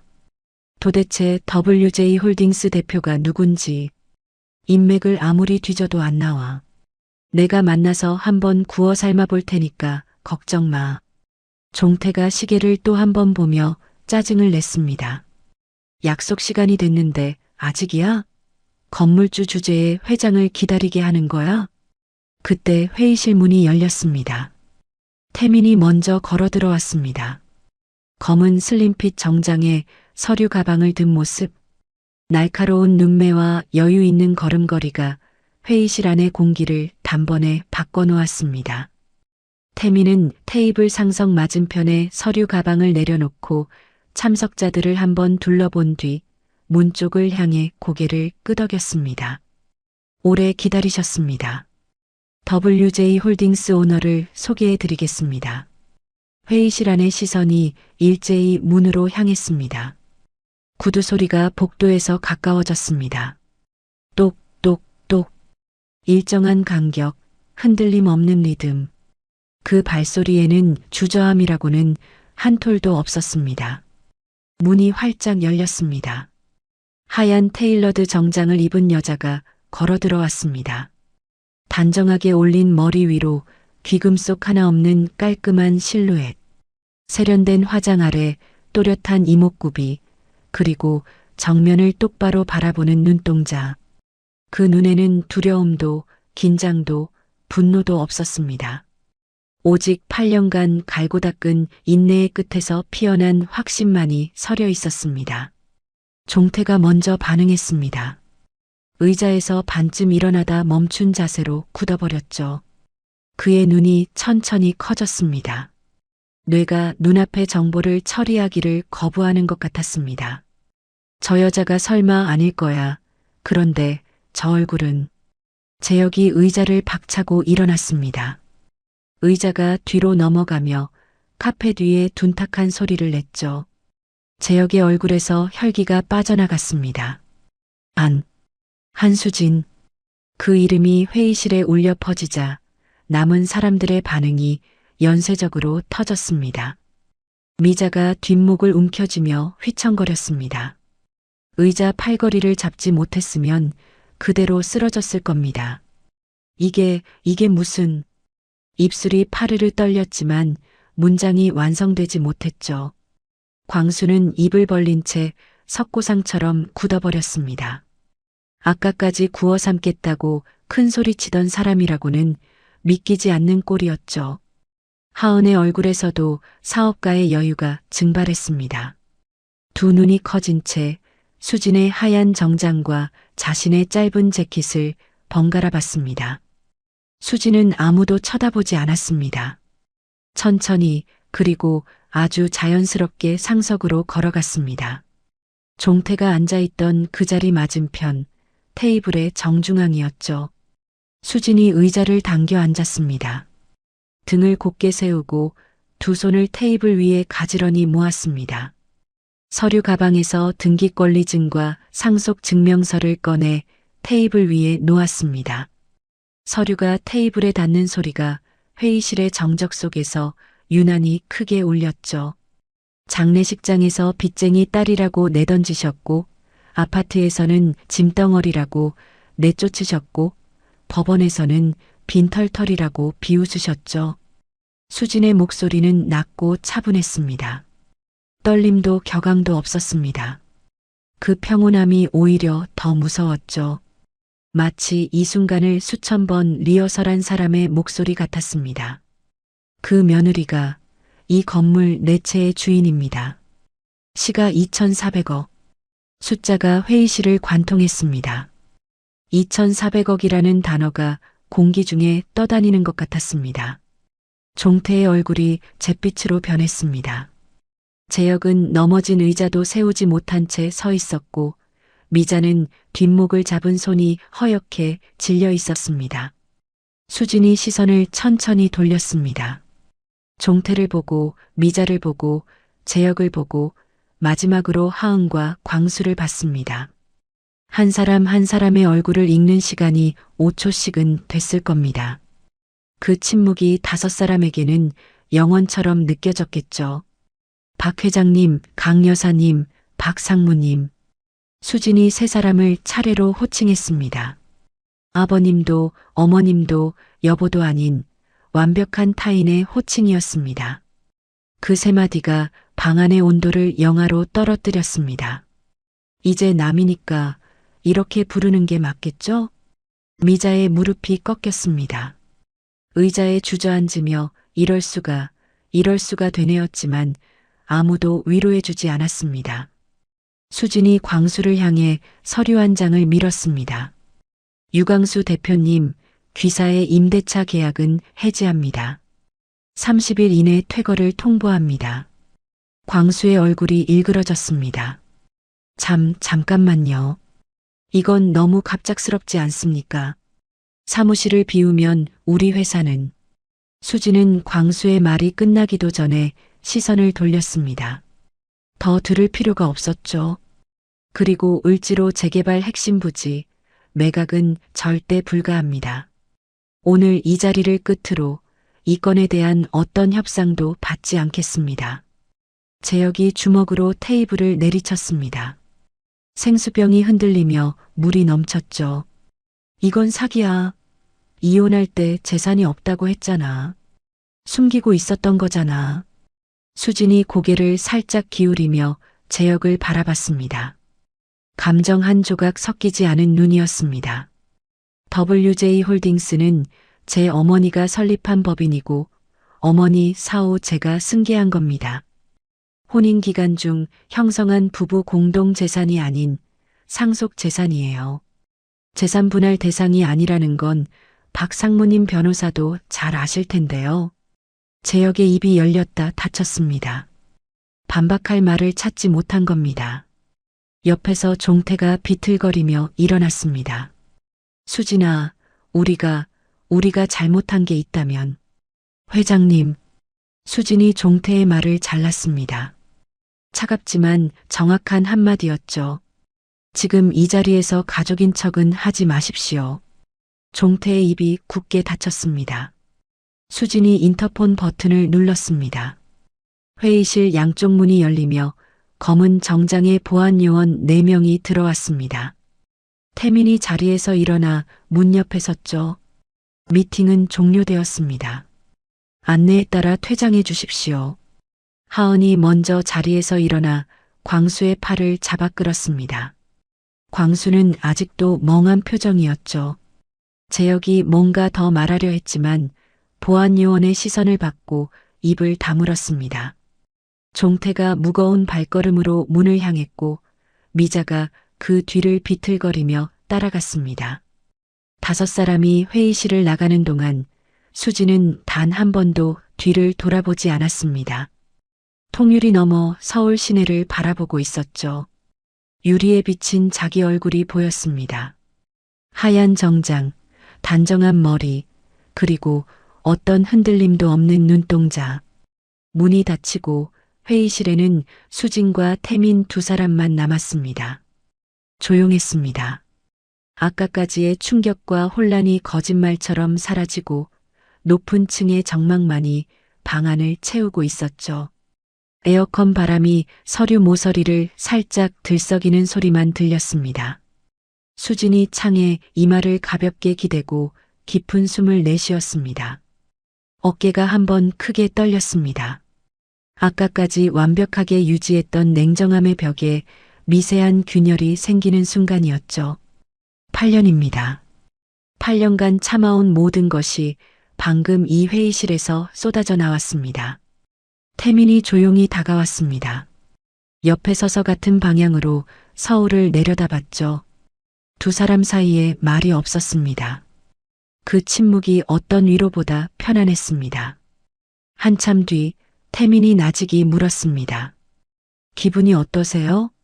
수진이 유리에서 이마를 떼고 고개를 돌렸습니다. 눈가가 살짝 붉어져 있었지만 눈물은 흐르지 않았습니다. 그리고 입꼬리가 천천히 올라갔습니다. 법원 앞에서 보여줬던 차가운 미소가 아니었습니다. 오랜 시간 동안 잊고 살았던 진짜 수진의 미소였습니다. 시원하네요. 그 2글자가 회의실 안에 퍼졌습니다. 창밖으로 오후의 햇살이 기울고 있었습니다. 을지로의 오래된 건물들 사이로 빛이 쏟아져 들어왔고 수진의 하얀 정장 위로 따스한 빛 한 줄기가 내려앉았습니다. 을지로 회의실에서 쫓겨난 지 사흘 만이었습니다. 재혁이 반격에 나섰습니다. 여의도의 한 프레스센터. 재혁이 검은 양복에 검은 넥타이를 메고 기자회견장 단상에 올랐습니다. 눈가를 일부러 빨갛게 만든 게 티가 났지만 카메라 플래시 세례 속에서 그 얼굴은 꽤 그럴듯한 피해자의 모습이었죠. 제 전처 한수진 씨가 혼인 기간 중 수천억의 재산을 고의로 은닉했습니다. 저와 저희 가족은 아무것도 모른 채 속아왔습니다. 재혁의 목소리가 떨렸습니다. 계산된 떨림이었죠. 기자들의 펜이 빠르게 움직였습니다. 이혼 과정에서 전처는 재산이 없다고 진술했고 저희는 그 말을 믿었습니다. 그런데 알고 보니 을지로 일대시가 2,400억 상당의 건물을 법인 뒤에 숨기고 있었습니다. 이것은 명백한 사기입니다. 저는 정당한 재산 분할을 위해 빌딩 지분 50%를 요구합니다. 기자회견이 끝나자마자 기사가 쏟아졌습니다. 사기 이혼 피해를 호소하는 전 남편, 수천억 숨긴 전처의 충격 실체. 자극적인 제목들이 포털 사이트 메인을 도배했습니다. 재혁의 회견 영상 조회수는 하루 만에 수백만을 찍었죠. 불은 거기서 끝나지 않았습니다. 같은 날 오후 하은의 SNS에 긴 글이 올라왔습니다. 제목은 진실을 말씀드립니다. 흰 배경에 검은 글씨로 또박또박 적힌 장문의 호소문이었죠. 재혁 오빠는 선량한 사람이에요. 결혼 생활 동안 늘 가족을 위해 희생했고 이혼 후에도 원만하게 마무리하려 노력했어요. 그런 오빠를 이용한 전처가 너무 원망스러워요. 하은은 감성적인 문체로 재혁을 순수한 피해자로, 수진을 계획적인 상속녀로 몰아갔습니다. 동정을 유발하는 사진까지 첨부했죠. 재혁이 빈 사무실에서 홀로 창밖을 바라보는 뒷모습. 연출된 사진이었지만 효과는 강력했습니다. 글은 수만 번 공유되었고 댓글창에는 수진을 비난하는 글이 끊이지 않았습니다. 종태도 가만히 있지 않았습니다. 종태는 돈과 인맥을 총동원해 가짜 증인을 세웠습니다. 어머니 한명숙과 오래 알고 지냈다는 사업가 2명이 언론 앞에 나타나 증언했죠. 한명숙 씨가 생전에 사위에게 건물을 물려주겠다고 직접 말씀하신 걸 옆에서 들었습니다. 법적 효력은 불투명했지만 여론을 흔들기에는 충분한 증언이었습니다.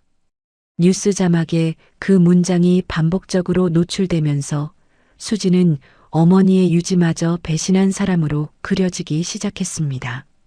수진의 을지로 빌딩 앞에 사람들이 모여들기 시작한 건 기자회견 나흘째부터였습니다. 태성건설의 을지로 재개발 사업에 소액을 투자했던 개인 투자자들이었죠. 재개발이 무산될 위기라는 소문이 퍼지자 투자금을 잃을까봐 몰려온 겁니다. 재개발 중단 책임져라. 투자자를 보호하라.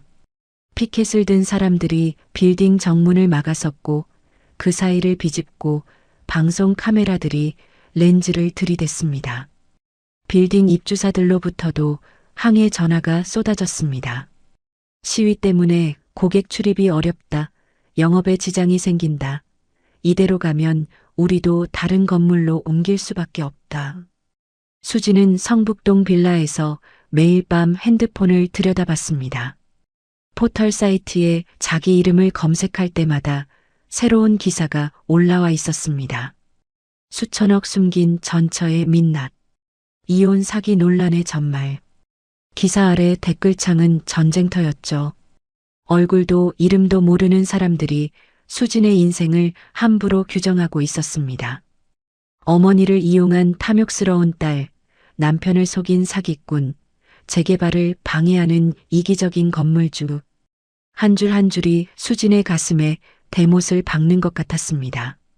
잠이 오지 않았습니다. 새벽 3시, 4시까지 천장을 바라보다가 겨우 잠들면 악몽에 시달리다 땀에 젖은 채 깼습니다. 숨이 가빠오는 횟수가 잦아졌고 아무것도 하지 않는데도 손끝이 떨렸습니다. 밥을 먹어도 맛을 느끼지 못했고 거울 속 얼굴은 하루가 다르게 야위어 갔습니다. 어느 날 밤 11시쯤 핸드폰이 울렸습니다. 화면에 뜬 이름은 박종태였습니다. 수진의 손가락이 멈칫했죠. 전화를 받을까 말까 망설이다가 녹음 버튼을 먼저 눌렀습니다. 그리고 통화 버튼을 눌렀습니다. 수진아. 종태의 목소리는 뜻밖의 부드러웠습니다. 기자회견에서 보여준 강경함과는 전혀 다른 느끼한 유화책의 톤이었죠. 우리가 좀 지나쳤지. 소송도 취하할 수 있어.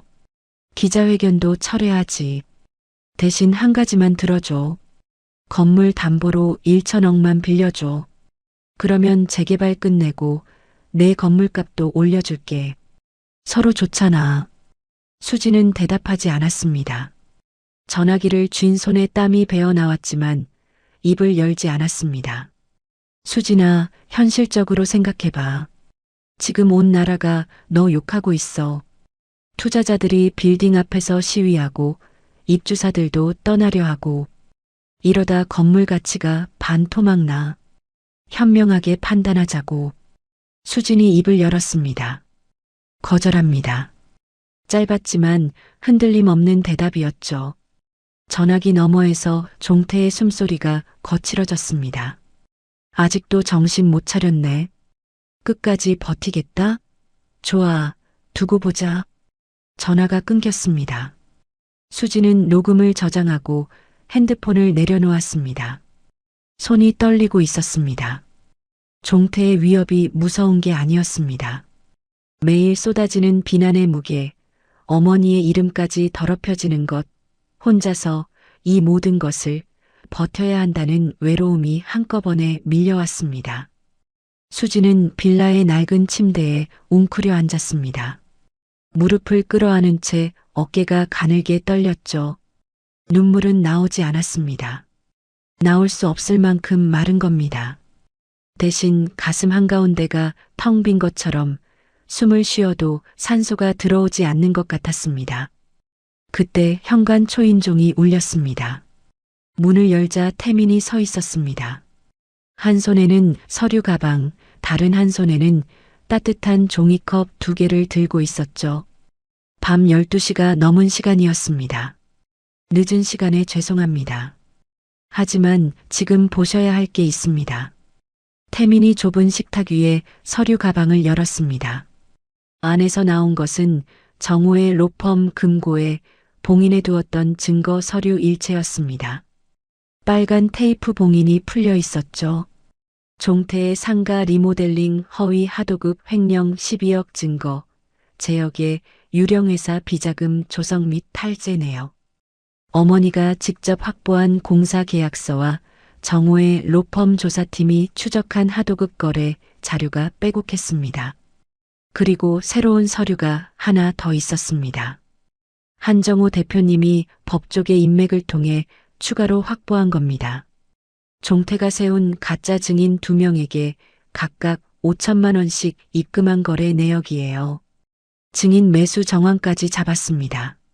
수진의 눈이 서류 위에 고정되었습니다. 가짜 증인들의 계좌 거래 내역, 종태의 법인 카드에서 빠져나간 1억의 흔적, 그리고 증인들이 종태의 비서와 주고받은 문자 메시지 캡처까지 빈틈없는 증거였습니다. 태민이 수진의 눈을 바라보며 말했습니다. 이제 무기가 전부 갖춰졌습니다.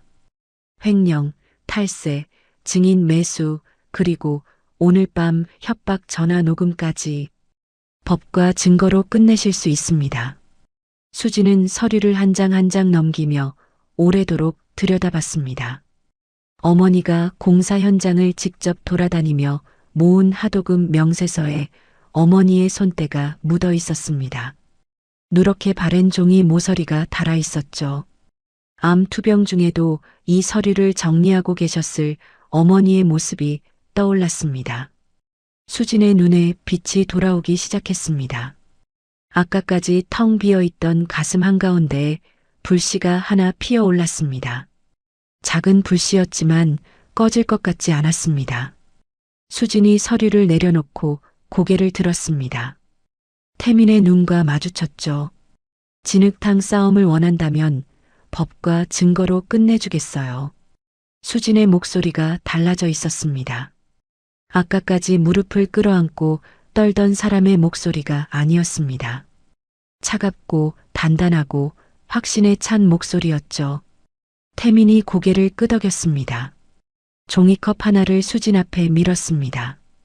따뜻한 김이 좁은 방 안에 피어올랐죠. 두 사람은 새벽에 성북동 빌라에서 나란히 앉아 작전을 짜기 시작했습니다. 반격은 내일부터 시작될 예정이었습니다.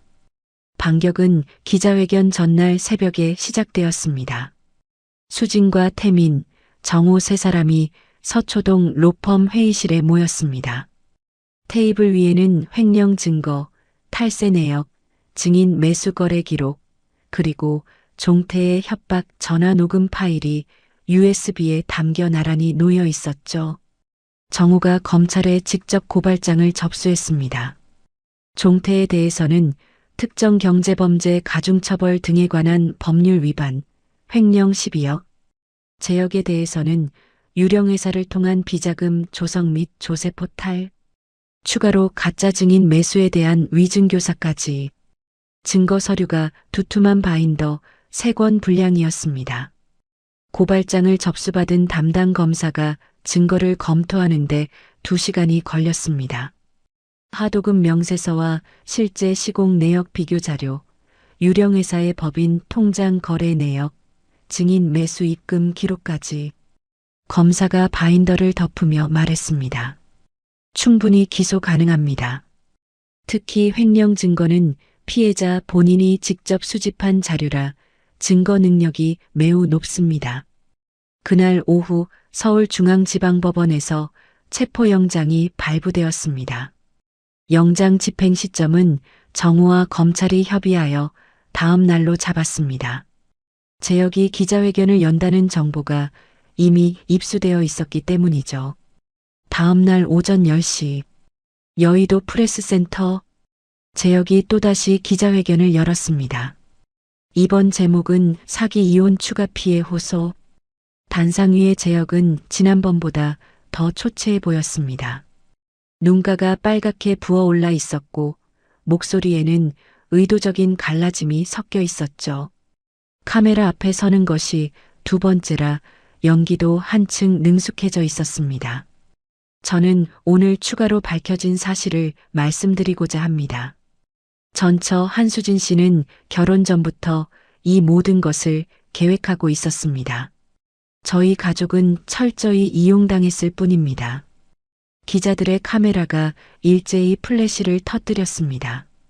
재혁이 준비한 자료를 꺼내 읽으려는 순간이었습니다. 회견장 뒤쪽 문이 소리 없이 열렸습니다. 검은 정장을 입은 여자가 걸어 들어왔습니다. 단정하게 올린 머리, 화장기 없는 깨끗한 얼굴, 힘을 빼고 있지만 흔들림 없는 걸음걸이, 수진이었습니다. 을지로 회의실에서 하얀 정장을 입었던 그때와 달리 오늘은 검은 정장이었습니다. 장례식 때처럼 무언가를 보내는 사람의 색이었죠. 기자들의 시선이 일제히 수진에게로 쏠렸습니다. 회견장 안이 술렁거리기 시작했죠. 재혁의 얼굴이 굳었습니다. 단상 위에서 수진의 모습을 발견한 재혁의 손이 마이크 위에서 멈췄습니다. 수진이 회견장 중앙 통로를 천천히 걸어 내려왔습니다.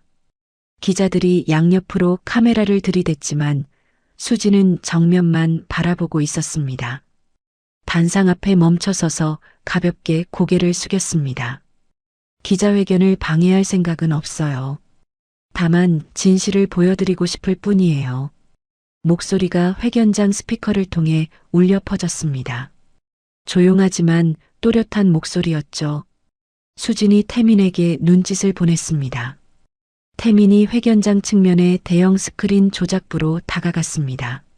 스크린에 불이 들어왔습니다. 먼저 재생된 것은 종태의 전화 녹음이었습니다. 회견장의 대형 스피커에서 종태의 목소리가 흘러나왔죠. 소송 취하할 테니 건물 담보로 1천억만 빌려줘. 그러면 재개발 끝내고 내 건물값도 올려줄게. 이어서 두 번째 음성이 흘러나왔습니다. 아직도 정신 못 차렸네. 끝까지 버티겠다? 좋아, 두고 보자. 기자들이 웅성거리기 시작했습니다. 녹취록 자막이 스크린에 동시에 표시되었고 방청석 여기저기서 핸드폰을 든 손들이 올라갔습니다. 종태의 목소리가 회견장을 채우는 동안 단상 위의 재혁은 입술을 질끈 깨물고 있었습니다. 녹음이 끝나자 스크린이 전환되었습니다. 재혁 명의의 유령회사법인 등기부, 유령회사 통장의 비자금 입출금 내역이 차례로 나타났습니다. 날짜와 금액이 빼곡히 정리된 장부가 스크린을 가득 채웠죠. 숫자 하나하나가 기자들의 눈앞에서 선명하게 빛났습니다. 다음 화면으로 넘어갔습니다. 종태가 세운 가짜 증인 2명의 계좌에 각각 5천만 원이 입금된 거래 내역이 떴습니다. 보낸 사람은 태성건설법인 계좌.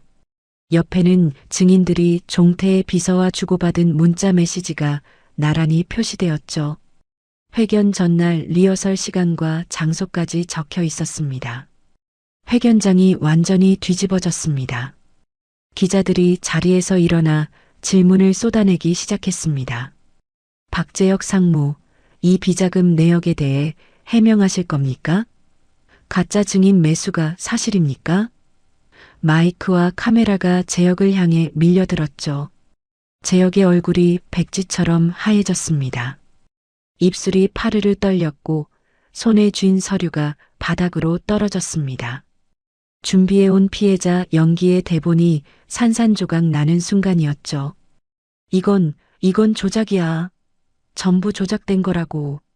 재혁이 마이크를 집어던졌습니다. 마이크가 바닥에 부딪혀 날카로운 피드백 소리가 회견장에 울렸죠. 재혁이 단상을 뛰어내려 출구를 향해 달렸습니다. 바로 그 순간 회견장 뒤쪽 문이 열렸습니다. 검은 점퍼에 검찰 마크가 부착된 수사관 4명이 일렬로 걸어 들어왔습니다. 선두에 선 수사관이 손에 든 서류를 펼쳤습니다. 박재혁 씨, 서울중앙지방법원이 발부한 체포영장입니다. 조세포탈 및 특정경제범죄 가중처벌 등에 관한 법률 위반 혐의입니다. 재혁의 발이 멈췄습니다. 출구를 등지고 선 수사관들의 벽 앞에서 도망칠 곳이 없었습니다. 동시에 회견장 밖 복도에서도 움직임이 있었습니다. 별도의 수사관 2명이 로비에서 대기하고 있던 종태에게 다가갔습니다. 박종태 회장님, 체포영장이 발부되었습니다. 동행해 주십시오. 종태의 얼굴이 경직되었습니다. 입을 열었다 닫았다를 반복했지만 끝내 한마디도 하지 못했습니다. 회견장 안에서 차가운 금속 소리가 울렸습니다. 찰칵. 수갑이 재혁의 손목에 채워지는 소리였습니다. 기자들의 카메라 셔터 소리가 폭풍처럼 쏟아졌죠. 플래시 세례 속에서 재혁의 얼굴이 일그러졌습니다. 재혁이 수사관에게 끌려가면서 고개를 돌렸습니다. 회견장 중앙 통로에 서 있는 수진과 눈이 마주쳤죠. 재혁의 입에서 떨리는 목소리가 흘러나왔습니다. 수진아, 이러면 안 돼. 우리 한때 부부였잖아. 그 말이 회견장 전체에 울렸습니다. 기자들이 숨을 죽였죠. 모든 카메라가 수진의 반응을 기다렸습니다. 수진은 재혁을 바라보지 않았습니다. 고개조차 돌리지 않았습니다. 시선은 정면의 스크린, 어머니가 남긴 증거 자료가 비치는 그 화면에 고정되어 있었습니다. 재혁의 목소리가 회견장 문 너머로 멀어져 갔습니다. 수진의 표정에는 분노도 슬픔도 통쾌함도 없었습니다. 다만 아주 오랜 시간 동안 들어올리고 있던 무거운 짐을 내려놓은 사람의 고요함만이 있었죠. 여론이 뒤집히는 데는 하루도 걸리지 않았습니다. 기자회견 영상이 실시간으로 중계되었고 그날 저녁 뉴스 메인 톱을 장식했습니다. 진짜 피해자는 따로 있었다. 횡령과 탈세를 감추기 위해 전철을 매도한 시댁의 실체. 기사 제목들이 180도 바뀌었습니다. 며칠 전까지 수진을 비난하던 댓글창이 시댁을 규탄하는 글로 뒤덮였죠. 무고한 사람을 여론으로 매장하려 했다는 분노가 폭발했습니다. 하은과 광수도 발 빠르게 움직였습니다. 재혁의 체포 소식이 퍼진 지 2시간 만에 하은의 SNS에 새 글이 올라왔습니다. 저희도 피해자입니다. 박재혁 씨에게 속았습니다. 며칠 전까지 재혁 오빠는 선량한 사람이라고 썼던 사람의 글이라고는 믿기 어려운 변신이었죠. 수지는 그 글을 읽고 태민에게 말했습니다. 명예훼손과 업무방해로 추가 소송을 제기해 주세요. 유아은 씨와 유광수 씨 두 분 다요. 태민이 고개를 끄덕였습니다. 속았다고 해서 책임이 사라지는 건 아니니까요. 수진이 창밖을 바라보며 조용히 말했습니다. 끝까지 책임을 묻겠습니다. 한 사람도 빠짐없이. 그 목소리에는 격앙도 흥분도 없었습니다. 담담하지만 단호한, 더 이상 뒤로 물러설 일이 없는 사람의 목소리였죠. 기자회견장을 나서는 수진의 발걸음은 들어올 때와 달랐습니다. 어깨가 한결 가벼워져 있었고 등이 더 곧게 펴져 있었죠. 프레스센터 로비를 지나 유리문 밖으로 나오자 4월의 햇살이 얼굴 위로 쏟아졌습니다. 수지는 하늘을 올려다보며 깊은 숨을 들이마셨습니다. 어머니가 3년간 준비하신 설계도가 마침내 완성되는 순간이었습니다. 수진의 눈가가 살짝 젖었지만 이번에는 닦지 않았습니다. 슬픔이 아니라 안도의 눈물이었으니까요. 이제 남은 건 하나였습니다. 무너진 자리 위에 새로운 것을 세우는 일. 3년이 흘렀습니다. 을지로의 풍경이 완전히 달라져 있었습니다. 낡은 인쇄소와 작은 공방들이 밀집해 있던 골목 한가운데 유리와 석재로 이루어진 을지로 복합단지가 서울의 새로운 하늘을 만들어내고 있었죠. 상업시설과 오피스, 문화공간이 하나의 건축물 안에 어우러진 이 복합단지는 개관과 동시에 서울의 랜드마크로 자리 잡았습니다. WJ 홀딩스가 직접 기획하고 직접 완공한 프로젝트였습니다. WJ 홀딩스는 국내 5대 부동산 투자회사로 성장해 있었습니다. 직원 수백 명, 을지로를 넘어 전국 주요 도시의 투자 포트폴리오를 확장한 기업이 되었죠. 3년 전 성북동의 낡은 빌라에서 노트북 하나로 재무제표를 분석하던 여자가 이 모든 것의 중심에 있었습니다. 봄이 막 시작되는 4월의 어느 날이었습니다. 서울 시내 대형 서점 매대에 한 경제 매거진이 놓였습니다. 표지에는 검은 정장을 입은 수진이 팔짱을 끼고 카메라를 정면으로 바라보는 사진이 실려 있었죠. 옆에 큼지막한 제목이 적혀 있었습니다. 대한민국 여성 CEO 파워 10인. 수진의 이름이 그 목록 안에 있었습니다. 매거진 인터뷰에서 수진이 말했습니다. 가장 힘들 때 저를 버린 사람들이 저를 가장 강하게 만들어줬어요. 기자가 물었습니다. 원동력이 복수였습니까? 수진이 잠시 생각하더니 고개를 저었죠. 처음에는 그랬을 수도 있어요. 하지만 어느 순간부터는 달라졌어요. 돌아가신 어머니가 저한테 남겨주신 것들을 제가 또 다른 누군가에게 전하고 싶다는 마음이 더 커졌어요. 그 말은 빈말이 아니었습니다. 수지는 어머니의 이름을 딴 명숙 장학재단을 설립했습니다. 형편이 어려운 청소년들에게 교육 기회를 지원하는 재단이었죠. 을지로에서 자수성가한 어머니가 평생 소중히 여겼던 가치, 배움의 기회는 누구에게나 공평해야 한다는 그 믿음을 재단에 담았습니다. 그리고 을지로 복합단지 1층에 여성 재취업 지원센터를 열었습니다. 경력이 단절된 여성들을 위한 공간이었죠. 직업교육, 이력서 컨설팅, 면접 코칭까지 수진이 직접 커리큘럼을 설계했습니다. 회계법인 6년의 경력을 시어머니의 한마디에 접어야 했던 그 경험이 이 센터의 출발점이었으니까요. 개관식 날 수진이 센터 입구에서 찾아온 여성들을 맞이했습니다. 아이를 업고 온 엄마, 이력서를 꼭 쥔 중년 여성, 떨리는 손으로 명함을 건네는 경단녀. 수진은 한 사람 한 사람의 손을 잡으며 말했습니다. 다시 시작하는 거예요. 늦지 않았어요. 그 말을 하는 수진의 눈이 잠깐 촉촉해졌지만 금방 미소로 바뀌었습니다. 3년 전에 자기에게 하고 싶었던 말이기도 했으니까요. 5월의 제주도는 유채꽃으로 가득했습니다. 어머니가 남긴 리조트 부지 위에서 수진과 태민의 결혼식이 열렸습니다. 화려한 대형 예식이 아니었습니다. 잔디밭에 하얀 의자 20개 남짓, 유채꽃 사이로 놓인 소박한 아치, 가까운 사람들만 모인 작은 식이었죠. 수지는 하얀 드레스 대신 아이보리색 린넨 원피스를 입었습니다. 어머니의 진주 귀걸이를 하나 걸었죠. 장롱 깊숙이 보관되어 있던 어머니가 을지로 가게를 처음 열던 날 하셨다는 그 귀걸이였습니다. 태민이 수진의 손을 잡았습니다. 3년 전 새벽에 성북동 빌라에서 종이컵을 건네던 그 손이 오늘은 수진의 손가락 사이에 반지를 끼워주고 있었습니다. 주례가 물었습니다. 서로를 평생의 반려로 맞이하시겠습니까?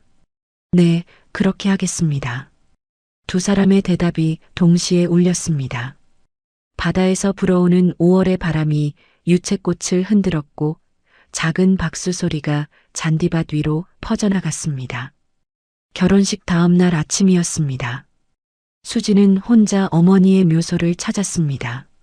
제주도의 작은 언덕 위 바다가 내려다 보이는 자리였죠.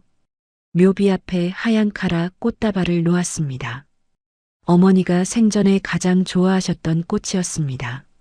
수진이 묘비 앞에 무릎을 꿇고 오래도록 앉아 있었습니다. 바람이 머리카락을 흩날렸고 먼 바다 위로 갈매기 울음소리가 들려왔습니다. 엄마, 딸이 해냈어. 이제 걱정 마세요. 목소리가 바람에 실려갔습니다. 수진의 볼 위로 눈물이 흘러내렸습니다. 참으려 하지 않았습니다. 3년간 참아왔던 것, 아니 그보다 훨씬 더 오래 참아왔던 것들이 마침내 풀려나오고 있었으니까요. 한참을 울었습니다. 소리내어 억누르지 않고 마음껏 울었습니다. 그리고 눈물을 닦고 일어서서 바다를 바라봤습니다. 수평선 위로 햇살이 부서지고 있었습니다. 가슴이 텅 비어 있었지만 그 빈자리가 아프지 않았습니다. 비로소 내려놓은 사람만이 느낄 수 있는 가벼움이었죠. 그 무렵 서울에서는 전혀 다른 풍경이 펼쳐지고 있었습니다. 재혁은 2년 6개월의 복역을 마치고 출소한 상태였습니다. 정과 기록이 남은 탓에 어디에서도 받아주지 않았죠. 건설회사 상무라는 직함은 사라진 지 오래였고 양복 대신 회색 작업복을 입고 건설 현장에서 일용직으로 일하고 있었습니다. 하루 일당을 받아 고시원 월세를 내면 남는 것이 거의 없었죠. 좁은 쪽방에서 혼자 컵라면을 먹는 저녁이 일상이 되었습니다. 어느 날 퇴근길 재혁이 을지로를 지나가게 되었습니다. 발길이 멈춘 건 대형 전광판 때문이었습니다. 을지로 복합단지 외벽에 거대한 스크린에 수진의 인터뷰 영상이 흘러나오고 있었죠. 검은 정장을 입고 자신감 넘치는 표정으로 말하는 수진의 모습이 밤하늘 아래 환하게 빛나고 있었습니다. 재혁은 한참 동안 그 화면을 올려다봤습니다. 주먹이 떨렸습니다. 하지만 돌이킬 수 있는 것은 아무것도 없었습니다. 재혁은 고개를 숙이고 발걸음을 돌렸습니다.